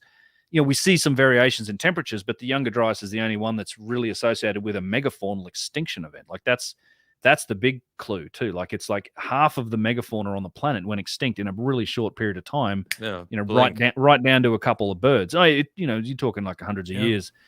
but that's a very short period of that's a time for blink. that sort of extinction to happen. It is a blink, Right. yeah, geologically, and that's so that and then you have I like to think of it as Randall's kind of the master of the macro evidence. Like he'll show you on maps and in the big scale, the big stuff that happened, like the channeled scablands and all this incredible effects that took place. Yeah, this is, I think that's one of the cataracts, and then he's wonderful at doing that everywhere. But then you also have the micro scale evidence, which is the stuff that's in the strata, in the dirt, that they, funnily enough, initially they were using archaeological sites in the Americas to go and look at the layers in the dirt because they have very good provenance of layering, going back like to the Clovis layer, about 13,000 years old. And then once these theories started to come out, that was like, this catastrophic theories about an impact, they kind of cut off access to these archaeological sites for all these research because they don't like the theory. It's like it's like the Clovis first doctrine. Like humans couldn't have been here before this time. And, there wasn't, this is all of the stories about cataclysm is just this made up religious nonsense from all these different cultures. Turns out there's a grain of truth in all that stuff. Yeah. Almost right. Yeah. Flood or fire. I mean, it's, okay. I had a whole video on it. I just think and Randall does a great job explaining that stuff too. Obviously these stories get deified and personified, and they're put in, and that's how you remember them. You don't just tell, hey kid, this happened this many years ago. It's like there was this character or this god and these people, and they were doing the bad thing, and the god did this, and this flood came, and that's how you remember them and pass them on. It's part of oral traditions, but it's what happened. And you have a tremendous amount of evidence now in the academic journals. There's like 150 plus peer-reviewed papers that have looked at all sorts of different facets of, shock synthesized nanodiamonds and carbon microspherules and extraterrestrial platinum and iridium layers and the black mat layer and the biomass burning and all this stuff that supports this is all proxies for these massive impacts. And all we're really missing at this point is a crater. And it may be that Hiawatha in Greenland, the crater, that might be one of them. There's some controversy about that. It's a long story, probably not worth getting into, but some of these may have also hit on the ice, the 2 miles of ice that was on top of North America, the Great Lakes region. And Randall, I know he's working on a theory around that, and I encourage him and hope he writes a book and publishes his stuff, because I've seen what he's working on, and I think he's onto something. And yeah, so we've got this one big factor, this cataclysm that unlocks all these stories of ancient history that we thought were just purely myth and legend. And then at the same time, you've got other aspects of science that keep making the human race older. We keep getting older and older. We thought we were 50,000 years. We thought we were 100,000 years. Then we found a jawbone in Morocco that takes us to 300,000 years. And now we're doing DNA studies and teeth morphology studies that put us at damn near 1 million years old. And that just, we're talking other warm periods, and you give human beings enough food to eat and some nice weather, we're going to start solving problems. It certainly opens up the door for civilization. And, you can cross-pollinate that with all of the other hominids that were here for even longer, the Neanderthals, the Denisovans and all these other guys that we don't know how smart they were. There's certainly evidence of tool use. We don't know if they were involved in this stuff. And we haven't even crossed the UFO, UFP line with any of this stuff yet, Yeah. I think it's explainable. That's all just terrestrial stuff. Yeah, that's just terrestrial. So there's tremendous mystery in our past. And it's just, maybe it's ego, maybe it's just authority and an entrenched generation of guys that aren't interested in all this stuff that resist it so firmly. I very much hope and think that the next generation of archaeologists and academics, I think they're growing up in a time where they'll be forced to deal with some of the things that guys like Graham Hancock bring up. They'll be forced to confront some of these issues and to explore them. And I've had a fefew conversations with students, and people have reached out to me, and I'm sort of hopeful that that's what will happen. Like the old guard will go. I mean, was it Planck who said, science advances one funeral at a time? Yeah. Yeah, that's a good point. You're part of the new guard. I mean, like, we still need archaeologists and scientists. It's great, but like the quote unquote, I'm sorry to call you amateur, but you're not an amateur, but you're going out on your own. You're independent researchers. Are the future. I think they're the future. And the legit ones, the cream will rise to the top. You guys will check each other. You will connect with each other like you're doing now. So I definitely think you're part of it. Yeah. Competition. I think people's natural fight or flight will take place when their worldview is being challenged, and the internet is a blessing and a curse. And you kind of alluded to this in with the Egypt thing. It's like they kind of know that you're good for them, but they want to stand true to it. But I think a lot of people are waking up, and that authoritative viewpoint is actually pushing people away towards more people like you, Graham Hancock, Randall Carlson, and they're kind of waking up. That's completely true. This is great. Go ahead, X-Ray. Oh no, because I was about to say that the more you become mainstream, the more information that's getting out there, and people are turning to things like YouTube now for their entertainment versus TV, and you're their entertainment. So if they're watching your videos, they're going to learn. You're going to get that 14, 15-year-old that watches your videos and one day is going to be like, oh my gosh, I want to get into this, go to school, get into it, and then bring that into their work. And then eventually one day that might, same thing for you, come 360 and be like, I am talking to Ben or any of the other people out there. We'll be at a conference, a little walking stick. That's literally me right now, Ben. I'm not joking. I started doing this show. Man, we've been going for a while now, and I love it. I've been digging into all sorts of different things. But once like Egypt started coming up again, and I started watching your videos, and I've always loved Egypt. I've always wanted to go to Egypt, and I told my wife a month ago, I was like, you know what? I'm turning 40 next year. I want to go to Egypt for my 40th birthday. And I'm like, I'm going. So I've decided like that's happening. I'm going to do it. And it's partly because watching your videos reignited that desire. And I've got a stack of like Egypt books. I'm looking at one. That's awesome. Sacred sites of ancient Egypt, and I'm like marking places down that I now know about because of your videos, and I'm like, let me read some more information about it. I just bought Civilization 1 from your live stream. I just bought Civilization 1. Oh, you did? Yeah. That's interesting. Boy, Who Built the Moon is another good one. Yeah, I got that one too. Who Built the Moon? Interesting. Yeah, that is an interesting one. I bought them both. I'm like, oh god, good. Yep. Yeah, that's awesome to hear. Thank you for saying that. If that's a result that comes from my content, either one, the student or like a young kid getting into the field or people going to Egypt, then that's fantastic, because that's genuinely what I like to do is get people interested in it and go to Egypt and check it out, because it's a journey outside of your normal reality. Like it takes you somewhere else. I've grown to really enjoy showing people that stuff. With doing tours, and we take people there. I was originally just like, oh, this is a chance to do some more research, but over the last couple of years, I've grown to really enjoy sharing that with people. And there's also an effect that happens on the tours where it's like, I hear this constantly. It's like, oh, I'm so interested in this topic, but there's no one in my life that wants to talk to me about it, and people don't care, and I can't have those conversations. Then they come on the trip, and it's just like, now everybody there is like, you kind of have to be down the rabbit hole a bit to find my channel, and then figure out, oh, he does a tour here and there. But people come on the trips and they meet all these other people that are also as interested and willing to engage. And it's just awesome watching people bond and make these friendships, because I've got, from years ago, we still have Telegram groups, and people are flying across the world to visit each other and going to other places, and it's fantastic. So go to Egypt, man. If you want guidance or help with where to go or who to talk to and all that stuff, I can hook you up. I'm gonna hold you to that. Yeah, sure. Oh yeah. I got it in writing. Hold on. In Egypt. Clipping this in Egypt. 129. Okay. I'm gonna have to get over. I'm gonna be getting on planes. I'm just gonna have to deal with it. I hate. You gotta go.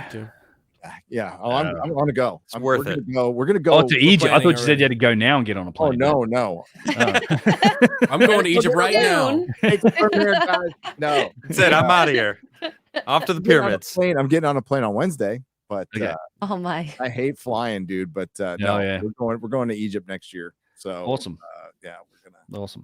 We're gonna figure it out, Adam. We're gonna do a little trip. Excellent. And Garrett, even you, X-Ray girl, if they'll let you out of your communist Yes, country, but I will. I'm the close. Well, no, actually, Adam's the closest. I forget. I am You're the not. closest. You're in Europe. happy easy Yeah. for you. You were awfully confident for a second there. So I always forget. It's that American You're accent. over here with us in the Americas.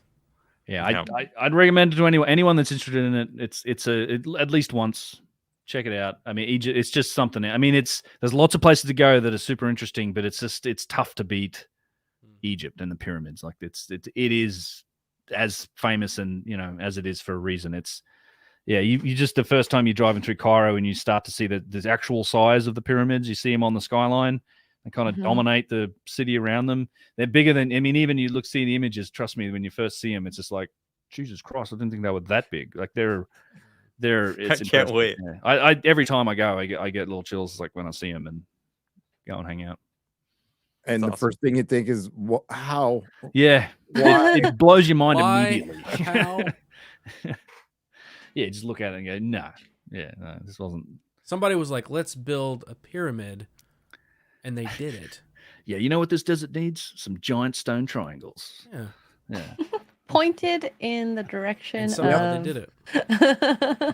Perfectly representing Orion's belt. Yeah, all of that. With sacred geometry measuring the size of the earth. Right. Well, yeah, that's the pyramids are a whole other. They're another version of that Tale of Two Industries, right? Because people forget that these massive stone pyramids are pretty much the first pyramids they ever made. It's like like building the space shuttle before you build a buggy. It's and after that it went backwards. It's like, well, now we'll make them out of mud brick and they'll fall apart after a couple of years and they won't have any of these characteristics. But yeah, it was a fairly short process for them to get to these just giant megalithic kind of. They built the tallest building in the world that even in the Orthodox timeline was the tallest building for many thousands of years until the Eiffel Tower was built. Yeah, it's insane. The engineering of that thing's insane. You could talk about it just for hours. What's involved with the Great Pyramid? I'd love to see some analysis done on the other pyramids, for that matter. They have properties that are just as impressive, I'm sure, but everybody kind of focuses on the Great Pyramid, which is, funnily enough, wasn't always the Great Pyramid. The Middle Pyramid used to be called the Great Pyramid for the longest time. I actually think that's probably the oldest one there. Yeah, it's the one that's connected to the Sphinx. Yep. Tolkien Brown for $9.99 has a question for Ben. Ben, what do you think of? I'm gonna mispronounce this. Marcahuasi in Peru, the fortress. Let me try and find it. What do I think of Marco? It's actually spelled Marcah. I can pull it up. I put it in the private chat. The okay, thank you. Like, this is a new one. Marcahuasi in Peru. It's a new one for me too. I'm not recognizing the name. I don't know. So I don't know Marcahuasi in Peru. Yeah, this is not one I have heard of. I've been down there a few times. I'm not sure if it's a different name for some place I've already been. I haven't been to all the places in Peru, but looks geological to me. I mean, there's a face. You can definitely see a face, but it looks.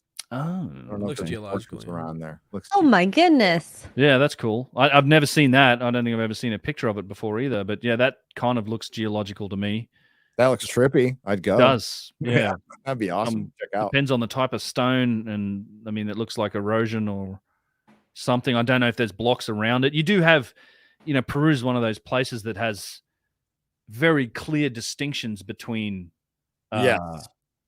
like types of stonework, and the oldest type is this very strange monolithic style where it's not these blocks of stuff. It's like it's called Hanan Pacha in its classification system, but it's like the living rock of the mountain itself has been shaped and formed, and cool.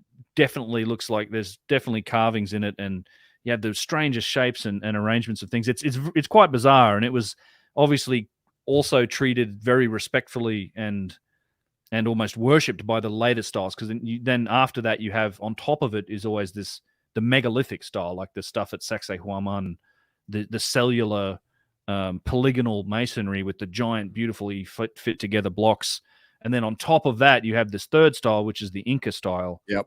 Which is the really just like local stone with mud mortar, little small blocks. It's nothing precise, or it definitely fits the capabilities of a civilization like the Inca.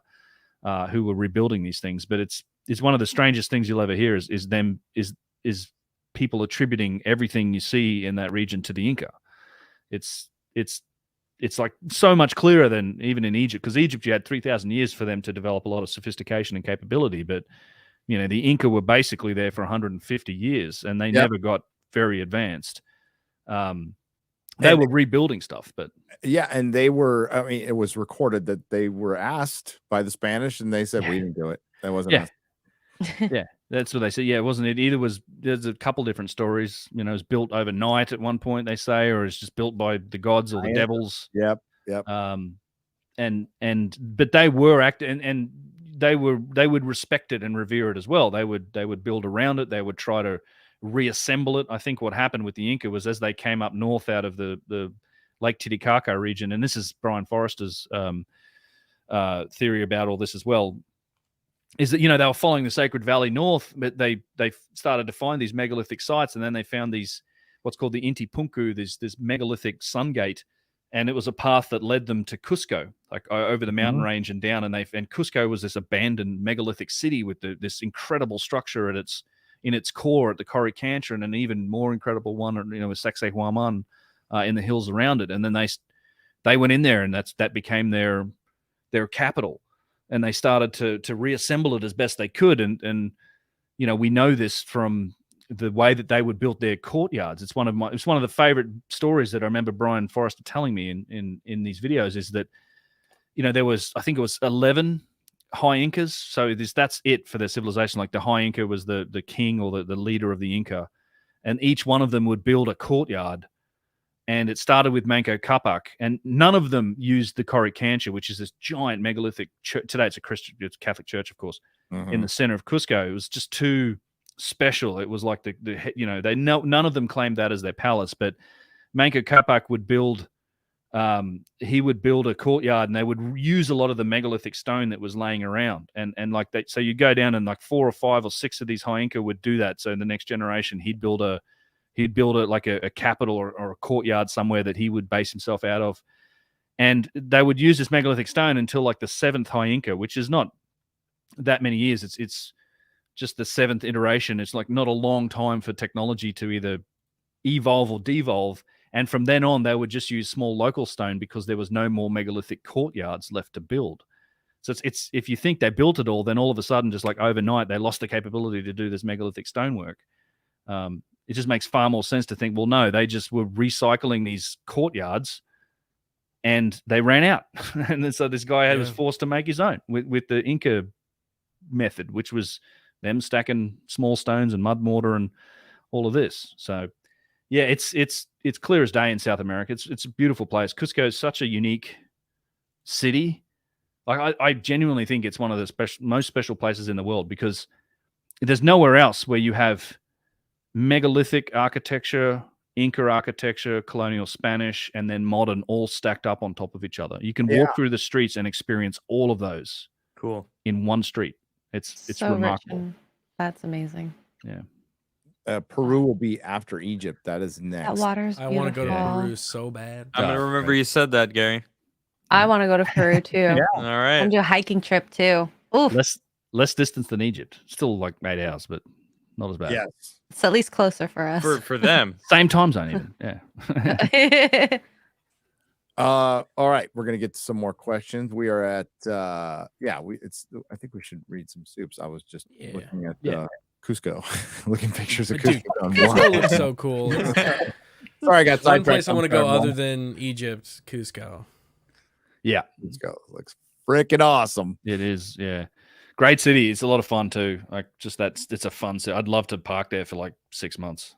Hell yeah. You ride llamas? They're not big enough. I'm sure some people do. I don't know. I've never seen it. They're a little too cranky for me. I can't ride a llama. A lot of spit. Llama milk, I bet. A lot of that. I'm sure it's been done. No. Sure. You're not going to try the llama milk? You go all the way to Cusco, Peru. Llama cheese. Try the llama. I'll try. I would do it. Or llama. No. I'm going to have to get all my shots anyways when we go. Llama there, steak, so. alpaca. It's okay, Garrett. We'll do it. It's We'll good. eat that. Yeah, you can go. Do that. We'll Alpaca have like a poop whole is travel. good for the garden.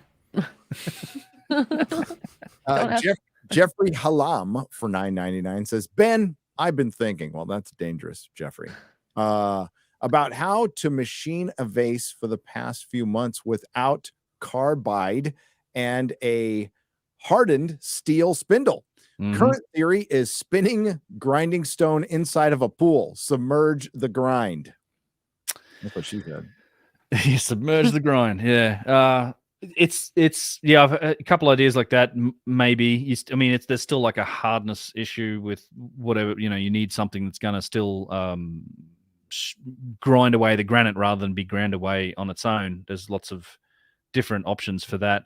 It's actually one method that I've heard people suggest that maybe a possibility as to how to get the material quite thin is even if, say, you carve out the inside of a vase, you get it to where you want it, you might then pack it in with clay and actually let it solidify, or at least then give you reinforcement so you can start to carve the outside without as much risk as of breakage, and it might help to solidify it. Then when you're done, you get rid of the inside content and you're left with a thin layer of material. Either way, it's I don't know if it's achievable by hand to get down to those small tolerances on some of the vases.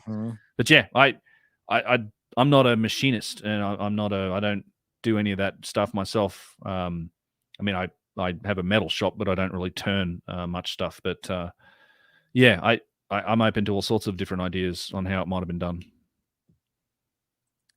Yeah, well, you know how they didn't do it? They didn't do it with bronze tools, or it was even before that, or other rocks with their hands. So that's how they didn't do it. Down that way. Yes, what he said with the they didn't do it with the hands. I think with this stuff, that's one of my favorite parts of it. It's just like we're so far beyond the handmade discussion. Like with all of this, it's just I feel like we were there before, but chiselers, man. Yeah, they got those skills. Yep. Well, just the obnoxiousness of that.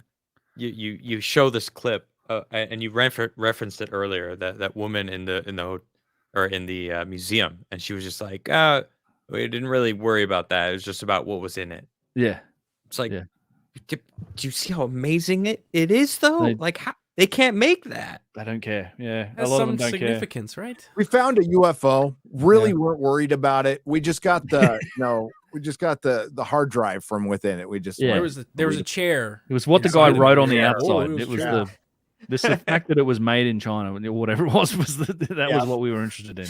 I mean, it's literally how they do it. The box in the Serapeum that they consider the most valuable is the one that's just been totally defaced. Like it's literally hieroglyphic graffiti on this incredibly priceless and precise object that's been scratched in very roughly and poorly with some dude with a chisel and a hammer. But because it's got this writing all over it, they make the most fuss about that one. They say it's the most valuable because of what's written on it. And never mind that it's got nothing whatsoever to do with making the box. And, you have an empty cartouche on that thing as well. Like you could literally have put anyone's name in this and that would have been, the whole site was because of this guy. And yeah, it's just, I'm going to put my name on it next time I go there. Yeah. That's a good idea. Let's put the glasses in because there. Used to be multiple disciplines. It's a new hieroglyphic. Because he just said that, he's going to get to Egypt. They're going to be like, Gary, are you Gary? Mm-hmm. We have this clip of you saying you're not allowed near anything now. It's like, you better not be my. It was a joke, guy. Distract the guy. Don't bring me into this. I want to go. All right? Yeah, it is faintly ridiculous. There was a moment, we were. Because I've been in the Serapeum. It is my favorite site, pretty much. I just love the Serapeum, and it's for people that haven't seen it. It's this underground labyrinth, these galleries. You could drive a Volkswagen down them; they're amazing. But there's 25 of these gigantic, granite boxes, 100-ton boxes in there, and they're in these. They're massive. They're like 8 feet tall, but they're in these alcoves that are sunk down like about 8 feet down, actually, because the tops of the boxes are kind of level with the floor. But you got to get in these big alcoves, and sometimes there's girders and things that they built around them. But it's like we're trying to do stuff and take measurements and get footage, and we had like a camera, like a cell phone microscope. So we're taking these 1000x pictures and microscope pictures of different parts of the stone, and it's something I'm going to talk about in some content eventually here at some point. But it's at some point it struck us as like, and we're playing this game with the keepers. Like I have really good people with me, and in general we get away with actually you're not supposed to go into the boxes or get on top of them or go into these alcoves. But he's like, you can, but you're still playing this game and trying to get away in this, we're making noises and stuff and saying things about get out or hide or whatever. It's just we're trying to get in. It's like, why the fuck do we have to? We're trying to do science. We're literally trying to do science and figure out more about these things. And we're playing this stupid game of trying to hide from these guys or get into these spaces to actually just figure out and learn something about them. It just struck me as kind of ridiculous. Like, why hasn't this been done? Like, why hasn't somebody scanned these boxes? Why haven't you brought I'm sure the university or there's probably plenty of businesses in Cairo that have access to machinery that you could get a really accurate scan of these things. It wouldn't take long. It's completely harmless. Or you could take a microscope and you could actually go and look at the stone. And okay, what's this? What's this polished layer made up of? Or if are there tool marks, these microscopic tool marks that we might learn something about this? It just hasn't been done. And they just don't care. I blame the person who threw that water bottle down that little freaking thing. Dude, that's so all annoying, the way down there, and you were like, "Don't use the Great Pyramid as a trash can." I was blame so those annoying. people. Oh yeah, It's like you might damage the however much it weighs, how many times it weighs box. Yeah, some You people don't know how it got down there. Yeah. It's been there for thousands of years. You might somebody, it's an ancient water bottle. Some people are like, what are you doing? Like don't walk on the box. Develop plastics. Yeah, some people are like, don't walk on the box. I'm like, it's granite. It's 100 tons. I'm not going to hurt it. If I fall over and hit my head on it, it's going to win. Like I'm not. It's okay. One less person. But there's. Yeah, I mean, that was what happened in the Great Pyramid. It's so bad to see that. And if you get off the beaten track in Egypt, unfortunately, the reality is there's just trash everywhere. There's, if you watch, I think I have a video on the Mastaba 17 at My Doom, and it's just guys the keepers are going in and just pulling out armfuls of trash. And I've been in other areas that probably you shouldn't go into. We're not supposed, whatever, but these catacomb areas that you knee deep. You got to wade through this shit to get into the areas, like the trash that's everywhere. So just because it's like washing down into these areas. Yeah, it's the reality of some. I mean, they don't have the logistics and infrastructure to deal with garbage in the same way that we're kind of used to in the West, and so it's just it doesn't. They used to go and burn it they used to burn it everywhere, and they actually stopped people from burning it in the city, which is nice. But occasionally you will see, like, you look out the desert and there's like a big smoke cloud coming up, and it's like, well, they're burning trash out there. But it's they don't have quite the same infrastructure. But somebody pegged a water bottle down the shaft in the King's Chamber, which is it's 4 inches, and so you can't get it out. It's like it goes in like 15 feet, and then you sort of shine a light in there, and like, yep, there's a water bottle down there. Somebody left our civilization, gave its gift. That'll be the one thing they find about us in 6,000 years is the water bottle. Plastic water bottle. They'll be like, this whole site is 6,000 years old because of this one water bottle. They used it for religious ceremonies. Made by Gistanti, And they kept water. They believed in water gods. Otep Nerdrotic is written on this cartouche here. It must have been built for him. It was either him or Aquafina. Oh my god, no. This Aquafina must have been his lover. The wife of King Nerdrotic. Goddess. Hey, I know the magic words to get into Egypt. Cleopatra was black. That's of course. I mean, yeah. They'll love you there for that. I'm sure. Maybe not. maybe not. Egypt is like, this is bullshit. And I'm like, yeah, you're right. You're right. Yeah. I agree with Egypt. Yeah, it is bullshit. I think so stupid. The fact that we're agreeing with Zahi Hawass on anything on this subject is scary. Good point. Yeah, true. I mean, I will say this for Zahi. I've met him a few times. He is a vocal, I guess, band leader. He's very vocal about returning some of the objects to Egypt that shouldn't have been taken from Egypt. And And at least, if nothing else, I can get behind that effort. He does kind of lead the charge in that, but I'm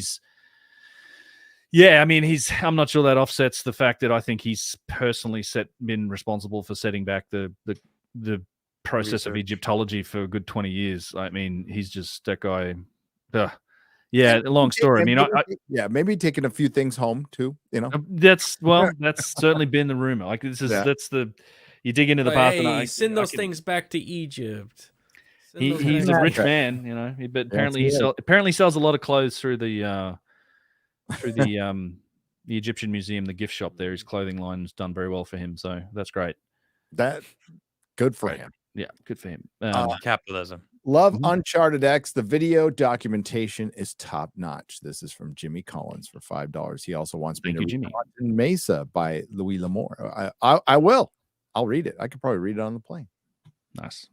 There you go. Three Beer Thunder for $19.99. Thank you, Three Beer Thunder. Thank you.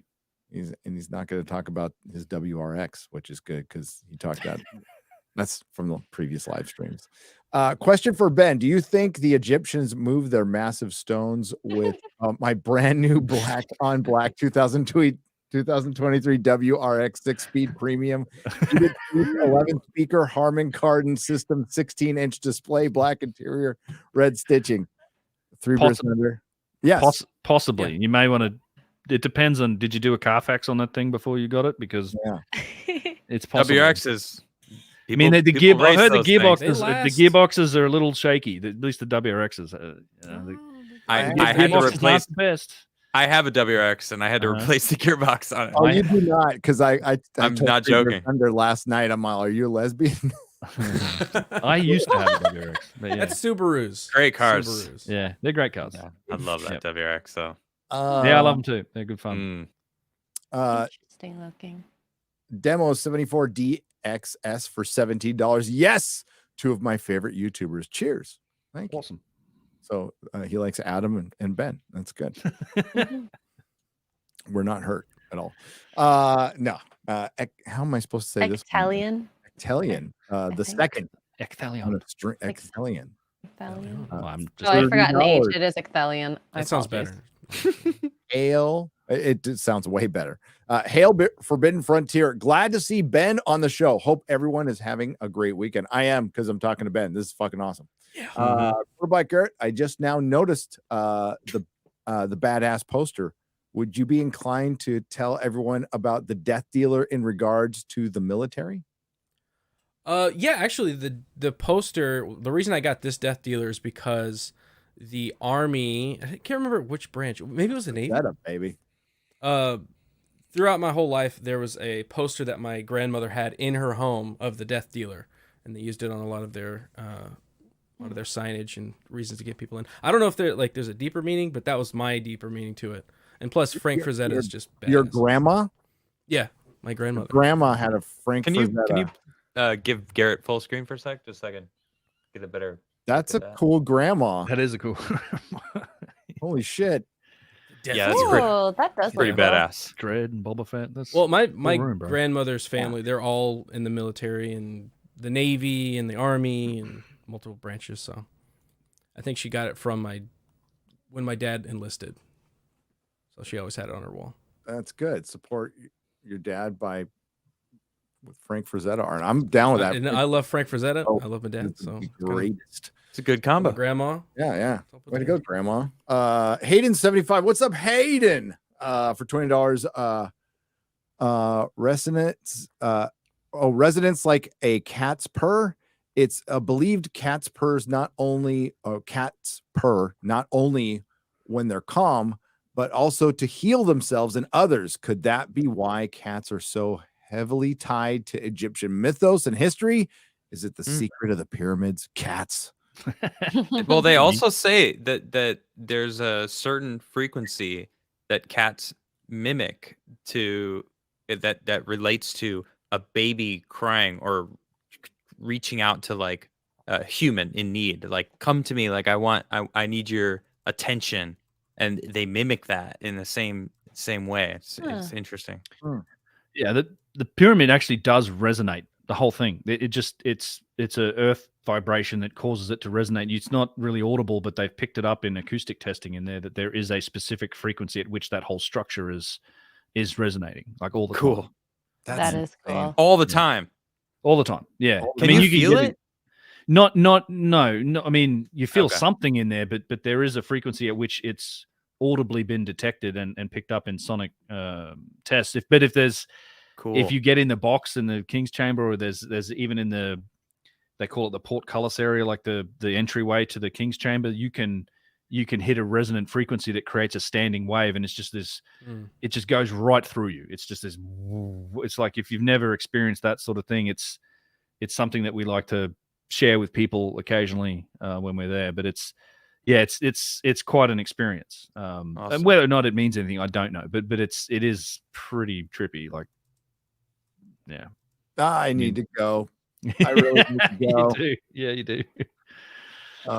WG is gifted 5 Nerdrotic Live memberships for $25. Thanks, WG. See you in Asheville. Oh, Ben, I'll see you in Asheville. Yeah, I'm looking forward to that Cosmic Summit. A couple weeks away? Couple weeks away. Yeah, it's 16th and 17th. Yeah, it's going to be a crazy month because I'm doing Contact in the Desert. Oh, nice.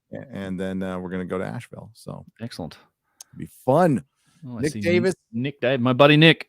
What's up, Nick Davis? Thank you for the $10. Says Egypt with Ben was life-changing. Velvet rope access plus awesome people, picture/video. Do not do the magnitude of things. It does not do the magnitude of things justice. Time stops and it humbles you in the presence of titans. Great pod, guys. Oh, thank you. Oh, I'm in. Okay, buddy. Thanks, Nick. I'll just give Ben money now. Good mate of mine. Yeah. Do you have a tour coming up, right? I mean, are you? Yeah. So me and the Snake Bros, we're going to do one in February. We're just about ready to getting the last details. We're also going to do an extension to Baalbek in Lebanon, which I've been dying to get to. So we're just waiting. Did you see his eyes? Yeah. All of us were like, that was the magic word there, Baalbek. He's like, yeah. So I've not been there, and I think this week we'll be able to get the details out there. The Egypt portion's all put together. But we're looking at February 7th. It's like 16 days, so it's a long one. We got like 6-7 special permissions. We build them around the special permissions. Just it's like going into the Assyrian, going in, the Great Pyramid for a couple of hours. We're going up to Abu Rawash. What else? We're going beneath the Step Pyramid again. So that's one of my favorite things, like where the vase. There's actually fragments of vases you can find and handle down there, which is just awesome. Is that where you're shining a light through them? Yeah. If you've seen, you have a couple clips of that. Yeah. Oh, it's such a trip. I think a lot of Brian did it for the first time recently on one of his trips. So that's really, looking forward to that. That'll be February. I am going in November with Yusuf. So Yusuf also does his own tour, and he just invites me to come and sort of co-host that. That's happening in November. It's a little different. It's not as many special permissions, but February is the main one we're trying to put February. February. Funny enough, February. My birthday is March 7th. There you go. So I was thinking about going to Egypt, around that time in early next year. Wow. There you go. Weird. February. Day before your birthday's the day before my wife's birthday. Is it? Yeah. And a few days before mine. You should go on like some sort of vacation over there. You should, Maybe we should do Give her a gift together. Then I think something we should. in February. Yeah, February sounds pretty good. Sounds like an amazing month. We need some write-offs for next year. So Yep. Hey, tax deduction. It's work. Right. That is true. Research, content. Oh, content. God, make the content. What's it like making videos there? Have you tried to make like a video package there? Because I've heard that Egypt's really difficult to work with. No, they get upset about dead cats in microphones. Like the for some reason, like the thing that winds them up the most is if you whip out a microphone with a windsock on it. Like they're just like whoa. And but I mean I've gone around with like a DSLR on like a I'll bring a DSLR with a full on Weeble S rig steady cam or whatever thing, and you know, they don't care. They don't care. Once you put a dead cat on, then it's like, oh, this is the like, official whoa, whoa, whoa. production. We Yeah, need to like, get where's- permits Oh and hell stuff. no! Right. Yeah, mics for some reason, I don't know. If you leave the dead cat off it, generally they don't know what they're looking at. But it's, you know, you can get around a lot of that stuff with labs and things if you need to. But they don't really care so much. They used to be really sensitive about filming, and in some places you still need a film permit, but it's cheap. It's a couple bucks, and my guys always make sure they get them for the people that are filming. And you know, they used to be like, the museum was no pictures, no video, and they just opened it up. They just figured out like it's actually like because the management of the old guard antiquities had department changed, and he was like, maybe this would work better if we just sold a cheap ticket and let people take photos, and that's what they did.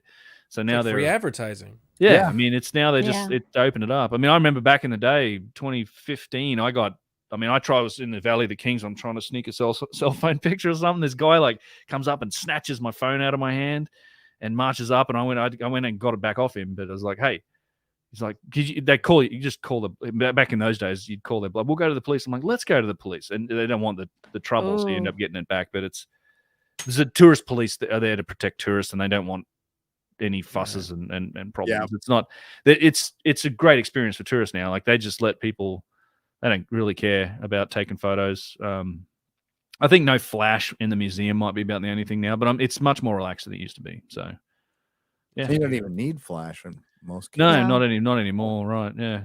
And like you're bringing tons of money into the country, and you know, the tourism is back, which is good. How's Lebanon these days? Well, I mean, I had a friend, a guy from Turkey that went straight there after Turkey, which we were there in April, and said it was great. From what I was wanting to go in the years prior, but I mean, I know since they had that terrible explosion at the port, it was kind of rough going in Lebanon and Beirut for a while.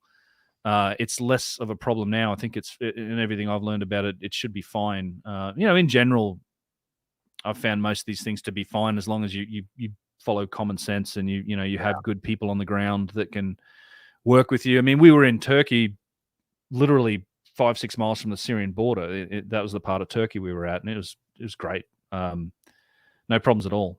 So awesome. I mean, there's some people that booked their tickets all the way to that part of Turkey did get pulled up by customs when they came back, because that's kind of the mercenary pipeline as well for people that do actually want to go and fight. They end up in that region. So there was a few people I know came back to the States and got a few, questions asked, but it's no big, whatever. You're there for a tour. What are you going to do? But you went there right after the earthquake too. Well, actually, yeah. So after the earthquake and the floods in Shenlerfa, it was. Wow. Yeah, we thought it wasn't going to happen. My fantastic people we were working with, Ramazan, if you're out there, dude, it was great fun. But he picked me up from the airport and he's like, I was waiting for the meteor to hit, as the third thing. He's just like, it's just like been such a rough time for those people. That was an insane earthquake. I watched a video for it. Split the ground. Yeah, like huge splits. And then the floods were awful. Yep. That sucked. Yeah. Because the people were in tents because they'd lost their homes, and that's why they got hit by that's why it devastated them with the flood, because people in tents died. Like 40 or 50 people died just in the floods in Shenlerfa. It was just horrible. Dude, and that explosion in Lebanon, dude, that video is insane. It is. It almost looks like a nuclear bomb. Like a smaller version of one. Because it was like equivalent to like a kiloton or two or something. I thought it was a lot of fertilizer that shouldn't have been. I watched a documentary about it recently, and they're like, there were warnings. Like there's people that have gone to jail over it and stuff now because they're like, hey, you need to get this shit out of here. And then there's like a hole in the building, and some dude's welding on it, and it's just like this is a bad chain of events. Yeah, no good. Yeah, not good. Don't keep fertilizer around open flames, or in the city, maybe. Actual question for Ben: what are your thoughts on the Bible saying the world spoke one language? Wouldn't that kind of explain similarities in structures and of moving such large stones? Yeah, the Tower of Babylon, wasn't it? The Babel, and that God sort of striking them down and confusing everyone and stopping them from understanding their words. I mean, as with many, I think other stories, like legends, historical legends that you can put along outside, maybe with myth or whatever. But a lot of these things, I suspect, have a grain of truth in them. And one of the things that I think is potentially going on when we look at ancient civilizations today is that there seems like there's strong evidence of a common precursor, right? If you've read, and it may be mathematically based, but there's also information that comes to us, the same information that comes down through lots of different cultural pathways through time. Like Hamlet's Mill is a good example. It's a tough, yes, Von Deschend and I've forgotten the other author's name, but it's a tough read. But if you want a summary of it, read Fingerprints of the Gods, Graham Hancock's book. He does an excellent job summarizing what is going on there. But what they found was that you have all of this precessional, this advanced astronomical knowledge about precession of the equinox, right? This 26,000 year cycle that the heavens go through, that is encoded in all of these myths and religions all around the world, from the Vikings to Christianity to just all these different cultures. And in some cases, in cultures where we know they weren't observing the sky to that degree, they didn't know about it, but the data's encoded in their myths and legends and origin stories. And in the same way that I think some of the megalithic technology points to it, you have these other indications that sort of home in on this concept of a common ancestor culture. The pyramid building as a phenomena. It's all over the world. You have it in South America. You have it all over China. You have it in Egypt. You potentially have it in other parts of the world as well. And so there's all of these things that seem to point to what could potentially have been a single origin point or a single civilization. And so, yeah, maybe it was a single language, and maybe they're anthropomorphized and deified these stories to such that it's telling you the story about how something happened that then scattered people away, and they evolved and developed their own languages, and then you couldn't come back together in the same way. I don't know. I suspect there's a grain of truth in some of that stuff, but Atlantean, or Anunnakian language. Yeah, I mean, who knows? Atlantis. I don't often comment on it. I think it's what it could be, one or many advanced civilizations in the past, whether it's Atlantis or some other term. Atlantis is unfortunately gained this notoriety, and it's really only happened since the 60s and 70s. There was significant and real. If you've watched Randall Carlson's videos and his Atlantis series, fantastic work, shows you that there was legitimate scientific research going on about the possibility of a sunken landmass on the mid-Atlantic ridge. And a lot of it is very supportive of this concept, particularly when you combine it now with what we know happened with the rapid melting of the ice sheets. You have this isostatic rebound. It's like sit on a beach ball, right? You've got millions of billions and billions or trillions of tons of ice sitting on the top of the continent. In North America, if you sit on a beach ball, it spreads out. Then you get up from the beach ball, what happens, right? The sides retract. If and that's still the land on the planet today in the Great Lakes region that's still rebounding from the Pleistocene. I mean, you would have this retraction on the seafloor, and you could get like this rapid submergence of landmass that happened there. You ought to combine that with sea levels rising 300 or 400 feet over the same period, and it turns out there's scientific studies showing they found beach sand at like a mile or kilometer down. They found limestone deposits and granitic stones that are very indicative of being either very shallow water or out of the water types of stone that really can't form any other way. So there's lots of scientific evidence to support the concept, and that's in the Mid-Atlantic Ridge is the right space for it, and that matches up with Plato in a lot of ways. And but something happened with just that there was a book published that then made the whole word Atlantis a dirty word, and it's really stifled any research beyond that because people won't take it seriously. It's just silly, but that's what happened, and so Atlantis is now just this. They try and cast it off as some recycled Ignatius Donnelly myth, and there's actually a lot more to it than that, and there's been some real science behind it, and I hope one day that science will continue. I know James Cameron was interested in it. I was actually connected with somebody that worked on one of his crews. I connected him to Randall. They were off with one of his submersibles in the Azores, and they were going down and looking for stuff. Really cool. Because James Cameron's fanatic about he's on board with Atlantis. He's all about the oceans. Oh, hell yeah. Exploring them. Now he's got that Avatar 2 money. Go down and once he's done with the 37 sequels, he can go down there and find it. Get some subs and figure it out for us. Yeah. Right? Hell yeah. Ignatius Donnelly loved his book, by the way. You can still get his book. You can there's an audio version of it if you want it.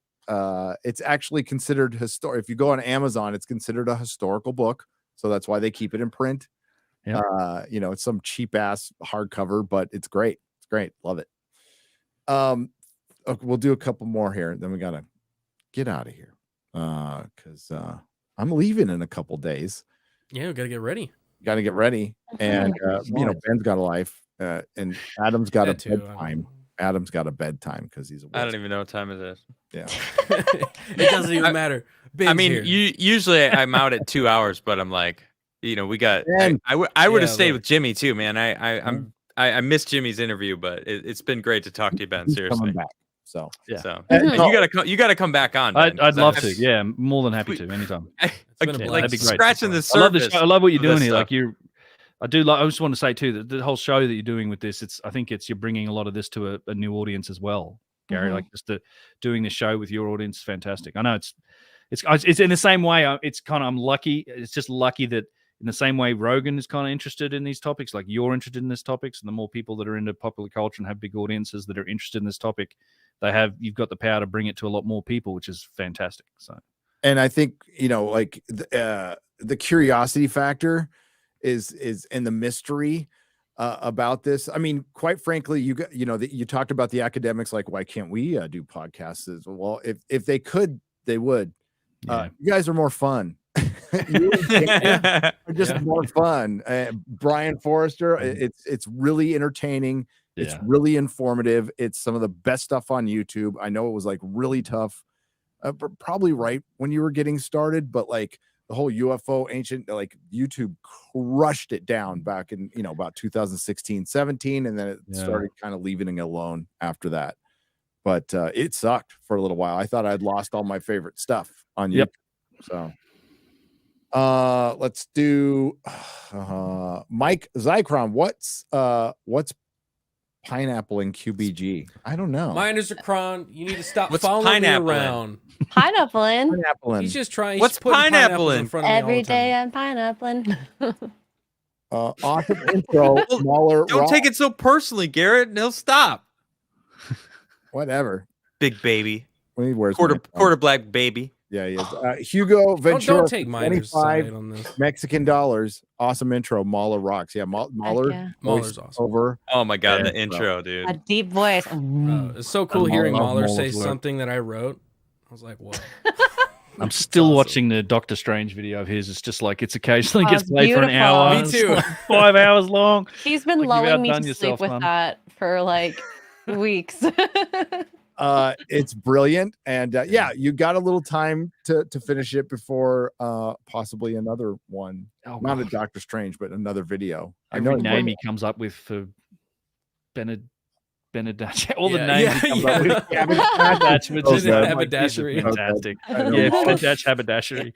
There's a legend. We love him. Trucker Rob says, had a thought your forbidden frontier coffee should come in tinfoil packaging. That's actually kind of a good idea. That's funny. Yeah, it is actually. It doesn't? It might now. It's up to the Colombian farm. The aluminum. Where they only grow coffee. Colombia. I thought you were gonna say they only grow the best aluminum foil. No. I was trying to aluminium. I know that's actually the right way to pronounce it. Aluminum is missing. You're skipping some shit. There's a great Grand Tour episode with where they're in Colombia. It's like a two-parter. It's former Top Gear, and they go almost the entire 2 hours not mentioning cocaine, but they tried different ways to get around it. Like all right, this country's a little port. Seems like they could export something. But I can't think about what it is, and then they like show like a line in a road or something. It's pretty funny. It's a running joke throughout the whole thing. Liam Howes for £5 proper money. Love what you guys do and love these episodes of what is our true history. P.S. Have you seen the new Flash Gets video about Disney's diversity? Yes, I did. It's an animated video. You know who sent it to? I'm gonna out him right now because it's pretty funny. Lots of cursing. Father Christopher Miller. Stop. Sent it to me. The savage. He's very savage, man. He is savage. Father Christopher Miller saves our souls every day and sends me memes that are hilarious. John Orchard for $10. How did the Israelites build the temple? Did they duplicate Egyptian technology? How much knowledge was lost when the Library of Alexandria burned? What are we talking about? Temple of Solomon? I'm not sure. Temple of Solomon. Well, and what they found at the Temple of Solomon, it's more like Baalbek, right? You know that, like the huge stone that they found.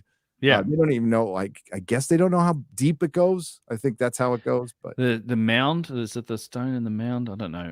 Yeah, there's a big megalithic stone at the bottom of that one. Yeah, I believe that's where it is. It looks like Hunan Pachet to me. It looks like something from the original builders potentially. Yep. Yeah, I don't know. It's Israel's an interesting place too. That I don't know if that's there. Israel itself is an interesting place that has some megalithic stuff as well. And how much knowledge was lost when the Library of Alexandria burned? I mean, a lot. And the thing that most people talk about, just the Library of Alexandria, but it was like 30 or 40 different libraries were actually burned, repositories of knowledge. Yeah.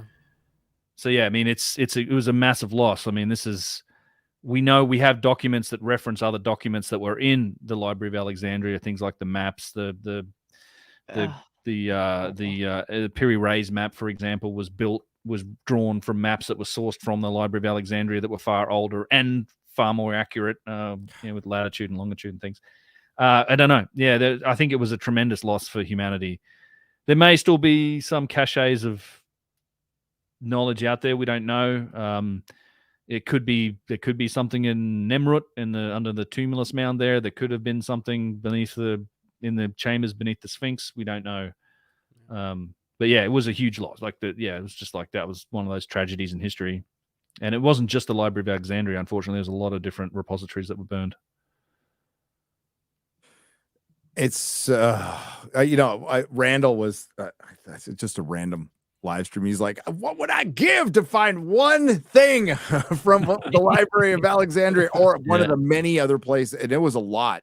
And it was right around the same, not like relatively around the same time period when certain religions were rising up. And really interesting story about that, because a lot of that was happening, again, relatively the same time period. But I was just watching I was bored. So I wanted to watch 536 AD, the worst year ever. And it's they still don't totally know what caused the Dark Ages back then, but they think a lot of mythology came, King Arthur mythology came from that, and they think Islam rose from that too. It was an interesting document. It was old, but yeah, around that time, lots of libraries got burned, lots of book burning going on.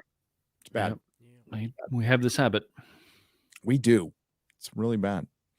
All right, we're going to wrap things up, ladies and gentlemen. It's been a really fun show. I will get the rest of the super chats. Thank you very much. If it didn't get read, it will get read on tomorrow. It'll get read tomorrow night on this channel. So, because I got to do Friday Night Tights from last week, and I'll do this show too. So join me probably around the same time. That would be my guess. But I want to thank Ben from UnchartedX. If you haven't subscribed, what the hell are you doing? Thank you, Ben. Great show. Thank you, guys. Yeah, pleasure to be on. It's great fun talking. Love to do it again sometime. And he will be at the Cosmic Summit. So yes. Yep. It's gonna be great. There are still tickets available. I have the link under all of my videos, but yeah, Cosmic Summit. Link in the description. Yeah, link in the description. Check it out. It should be a great show. I'm looking forward to it. Yeah. A lot of just, scientists and speculators like me. I think it's going to be and then dumbasses like me and Garrett. So and they will be there. We'll bring down the bell curve there. You're like the normies going into that space. Totally. I can't wait. Now just see Ben. There's a lot of good people there. So can't wait to go. Yeah. People have asked about a meetup for us. Like Garrett, I just said we'll probably just go after one day. We'll go to a bar somewhere. Yeah, and meet us there. We'll wing it. We'll let you know. Follow us on our socials. We'll let you know. We'll wing it. But is there anything you got coming up, Ben? Anything you want to plug? Feel free. UnchartedX.com is the website. I mean, obviously at my channel on YouTube, all the links to all of that are there. All the social medias are there. But yeah, I'm going to be at the Cosmic Summit. That's the main thing. And then I think I'll be joining Randall on his tour of Montana in September. We're going to be going up and tracing the Ice Age floods up into Montana, which I have always wanted to do with him.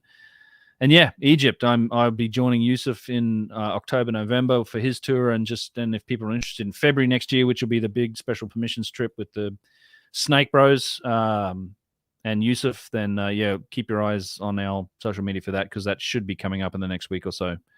Other than that, have you heard of the megalithic? Sounds like a light in Montana. The Sage Wall, yeah, really interesting. I've been watching. There's a lot of good stuff's come out about that lately. I'd love to get up there and see it. I don't know exactly where it is. But it certainly is an intriguing spot. Yeah. Yeah, definitely. Yeah, I never you brought it up, Adam. I was like, what the hell is that? Yeah. You know? Yep. And I've been to Montana. I've actually been in that state a lot. Sucks that I missed it. It's on private property.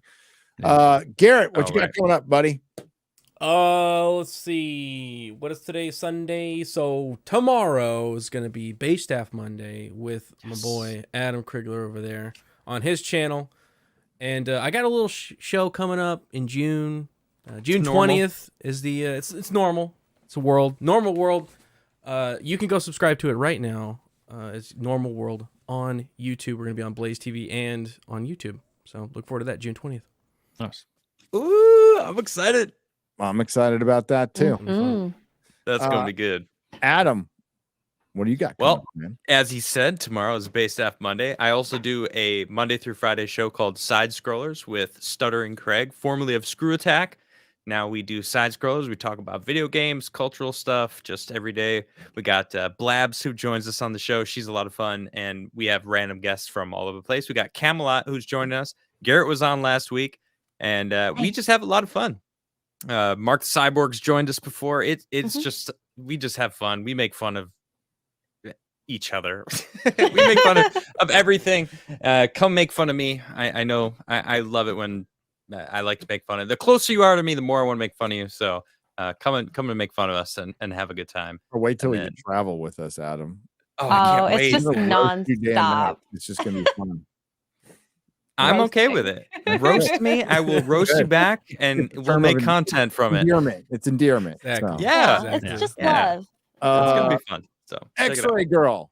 I'm gonna be going on Simpcast in about 5 minutes. So go over to Chrissy's channel. Big star, Chrissy Mayer. Yeah.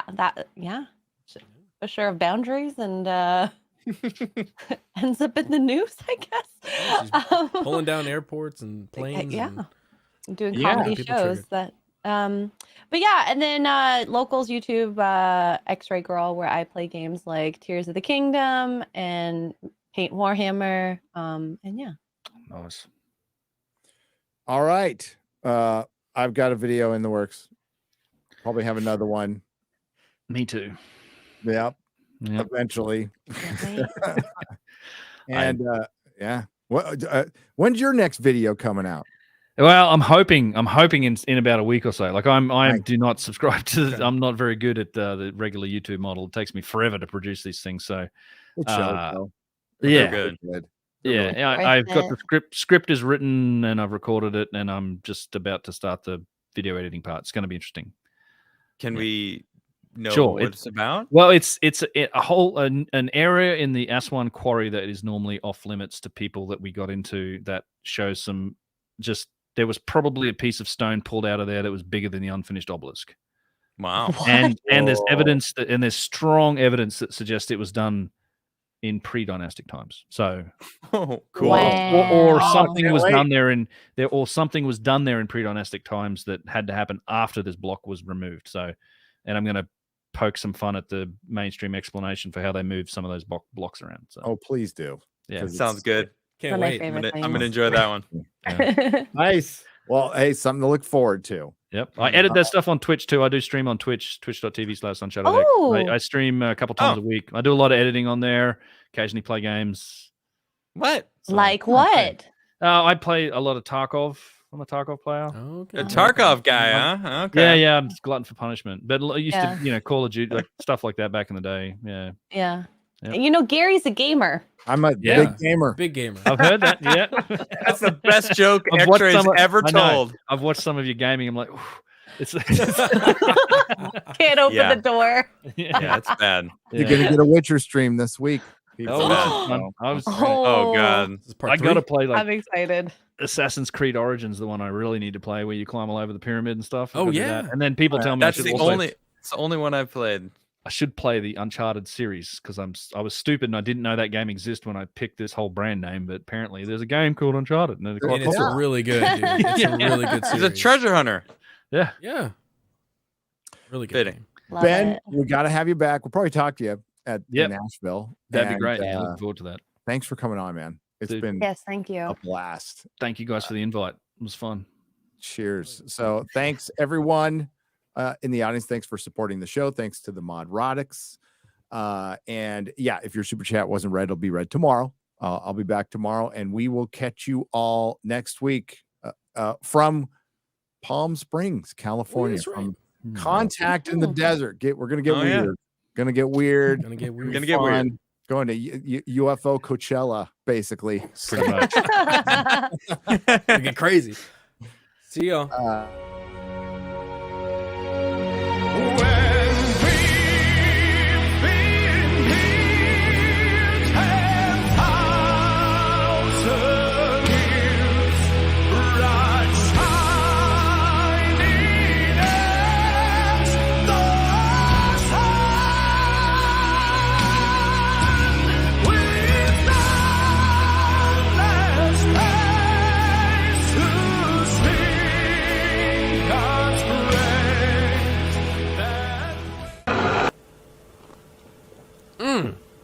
God damn, Gary. Some serious gourmet shit. What flavor is this? That's right, it's the all-hell medium roast private blend. Check out the Geek Coffee Nerdrotic page for our other options like the Decadent, Feathers of Liberty, vanilla-infused flavored coffee. Or if you're looking for something darker, try the Dark Roast FNT blend of the Fellowship. You know what? Just buy all three. GeekGrindCoffee.com. Use discount code Nerdrotic.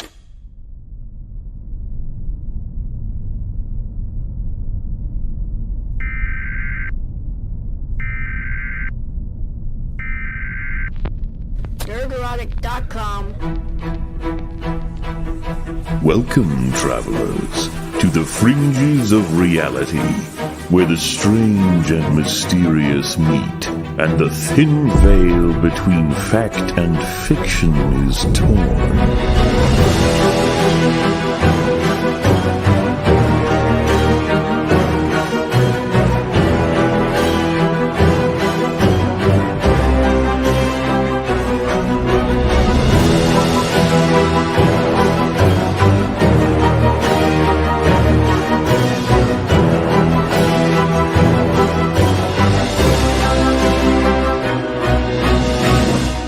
Welcome to the Forbidden Frontier.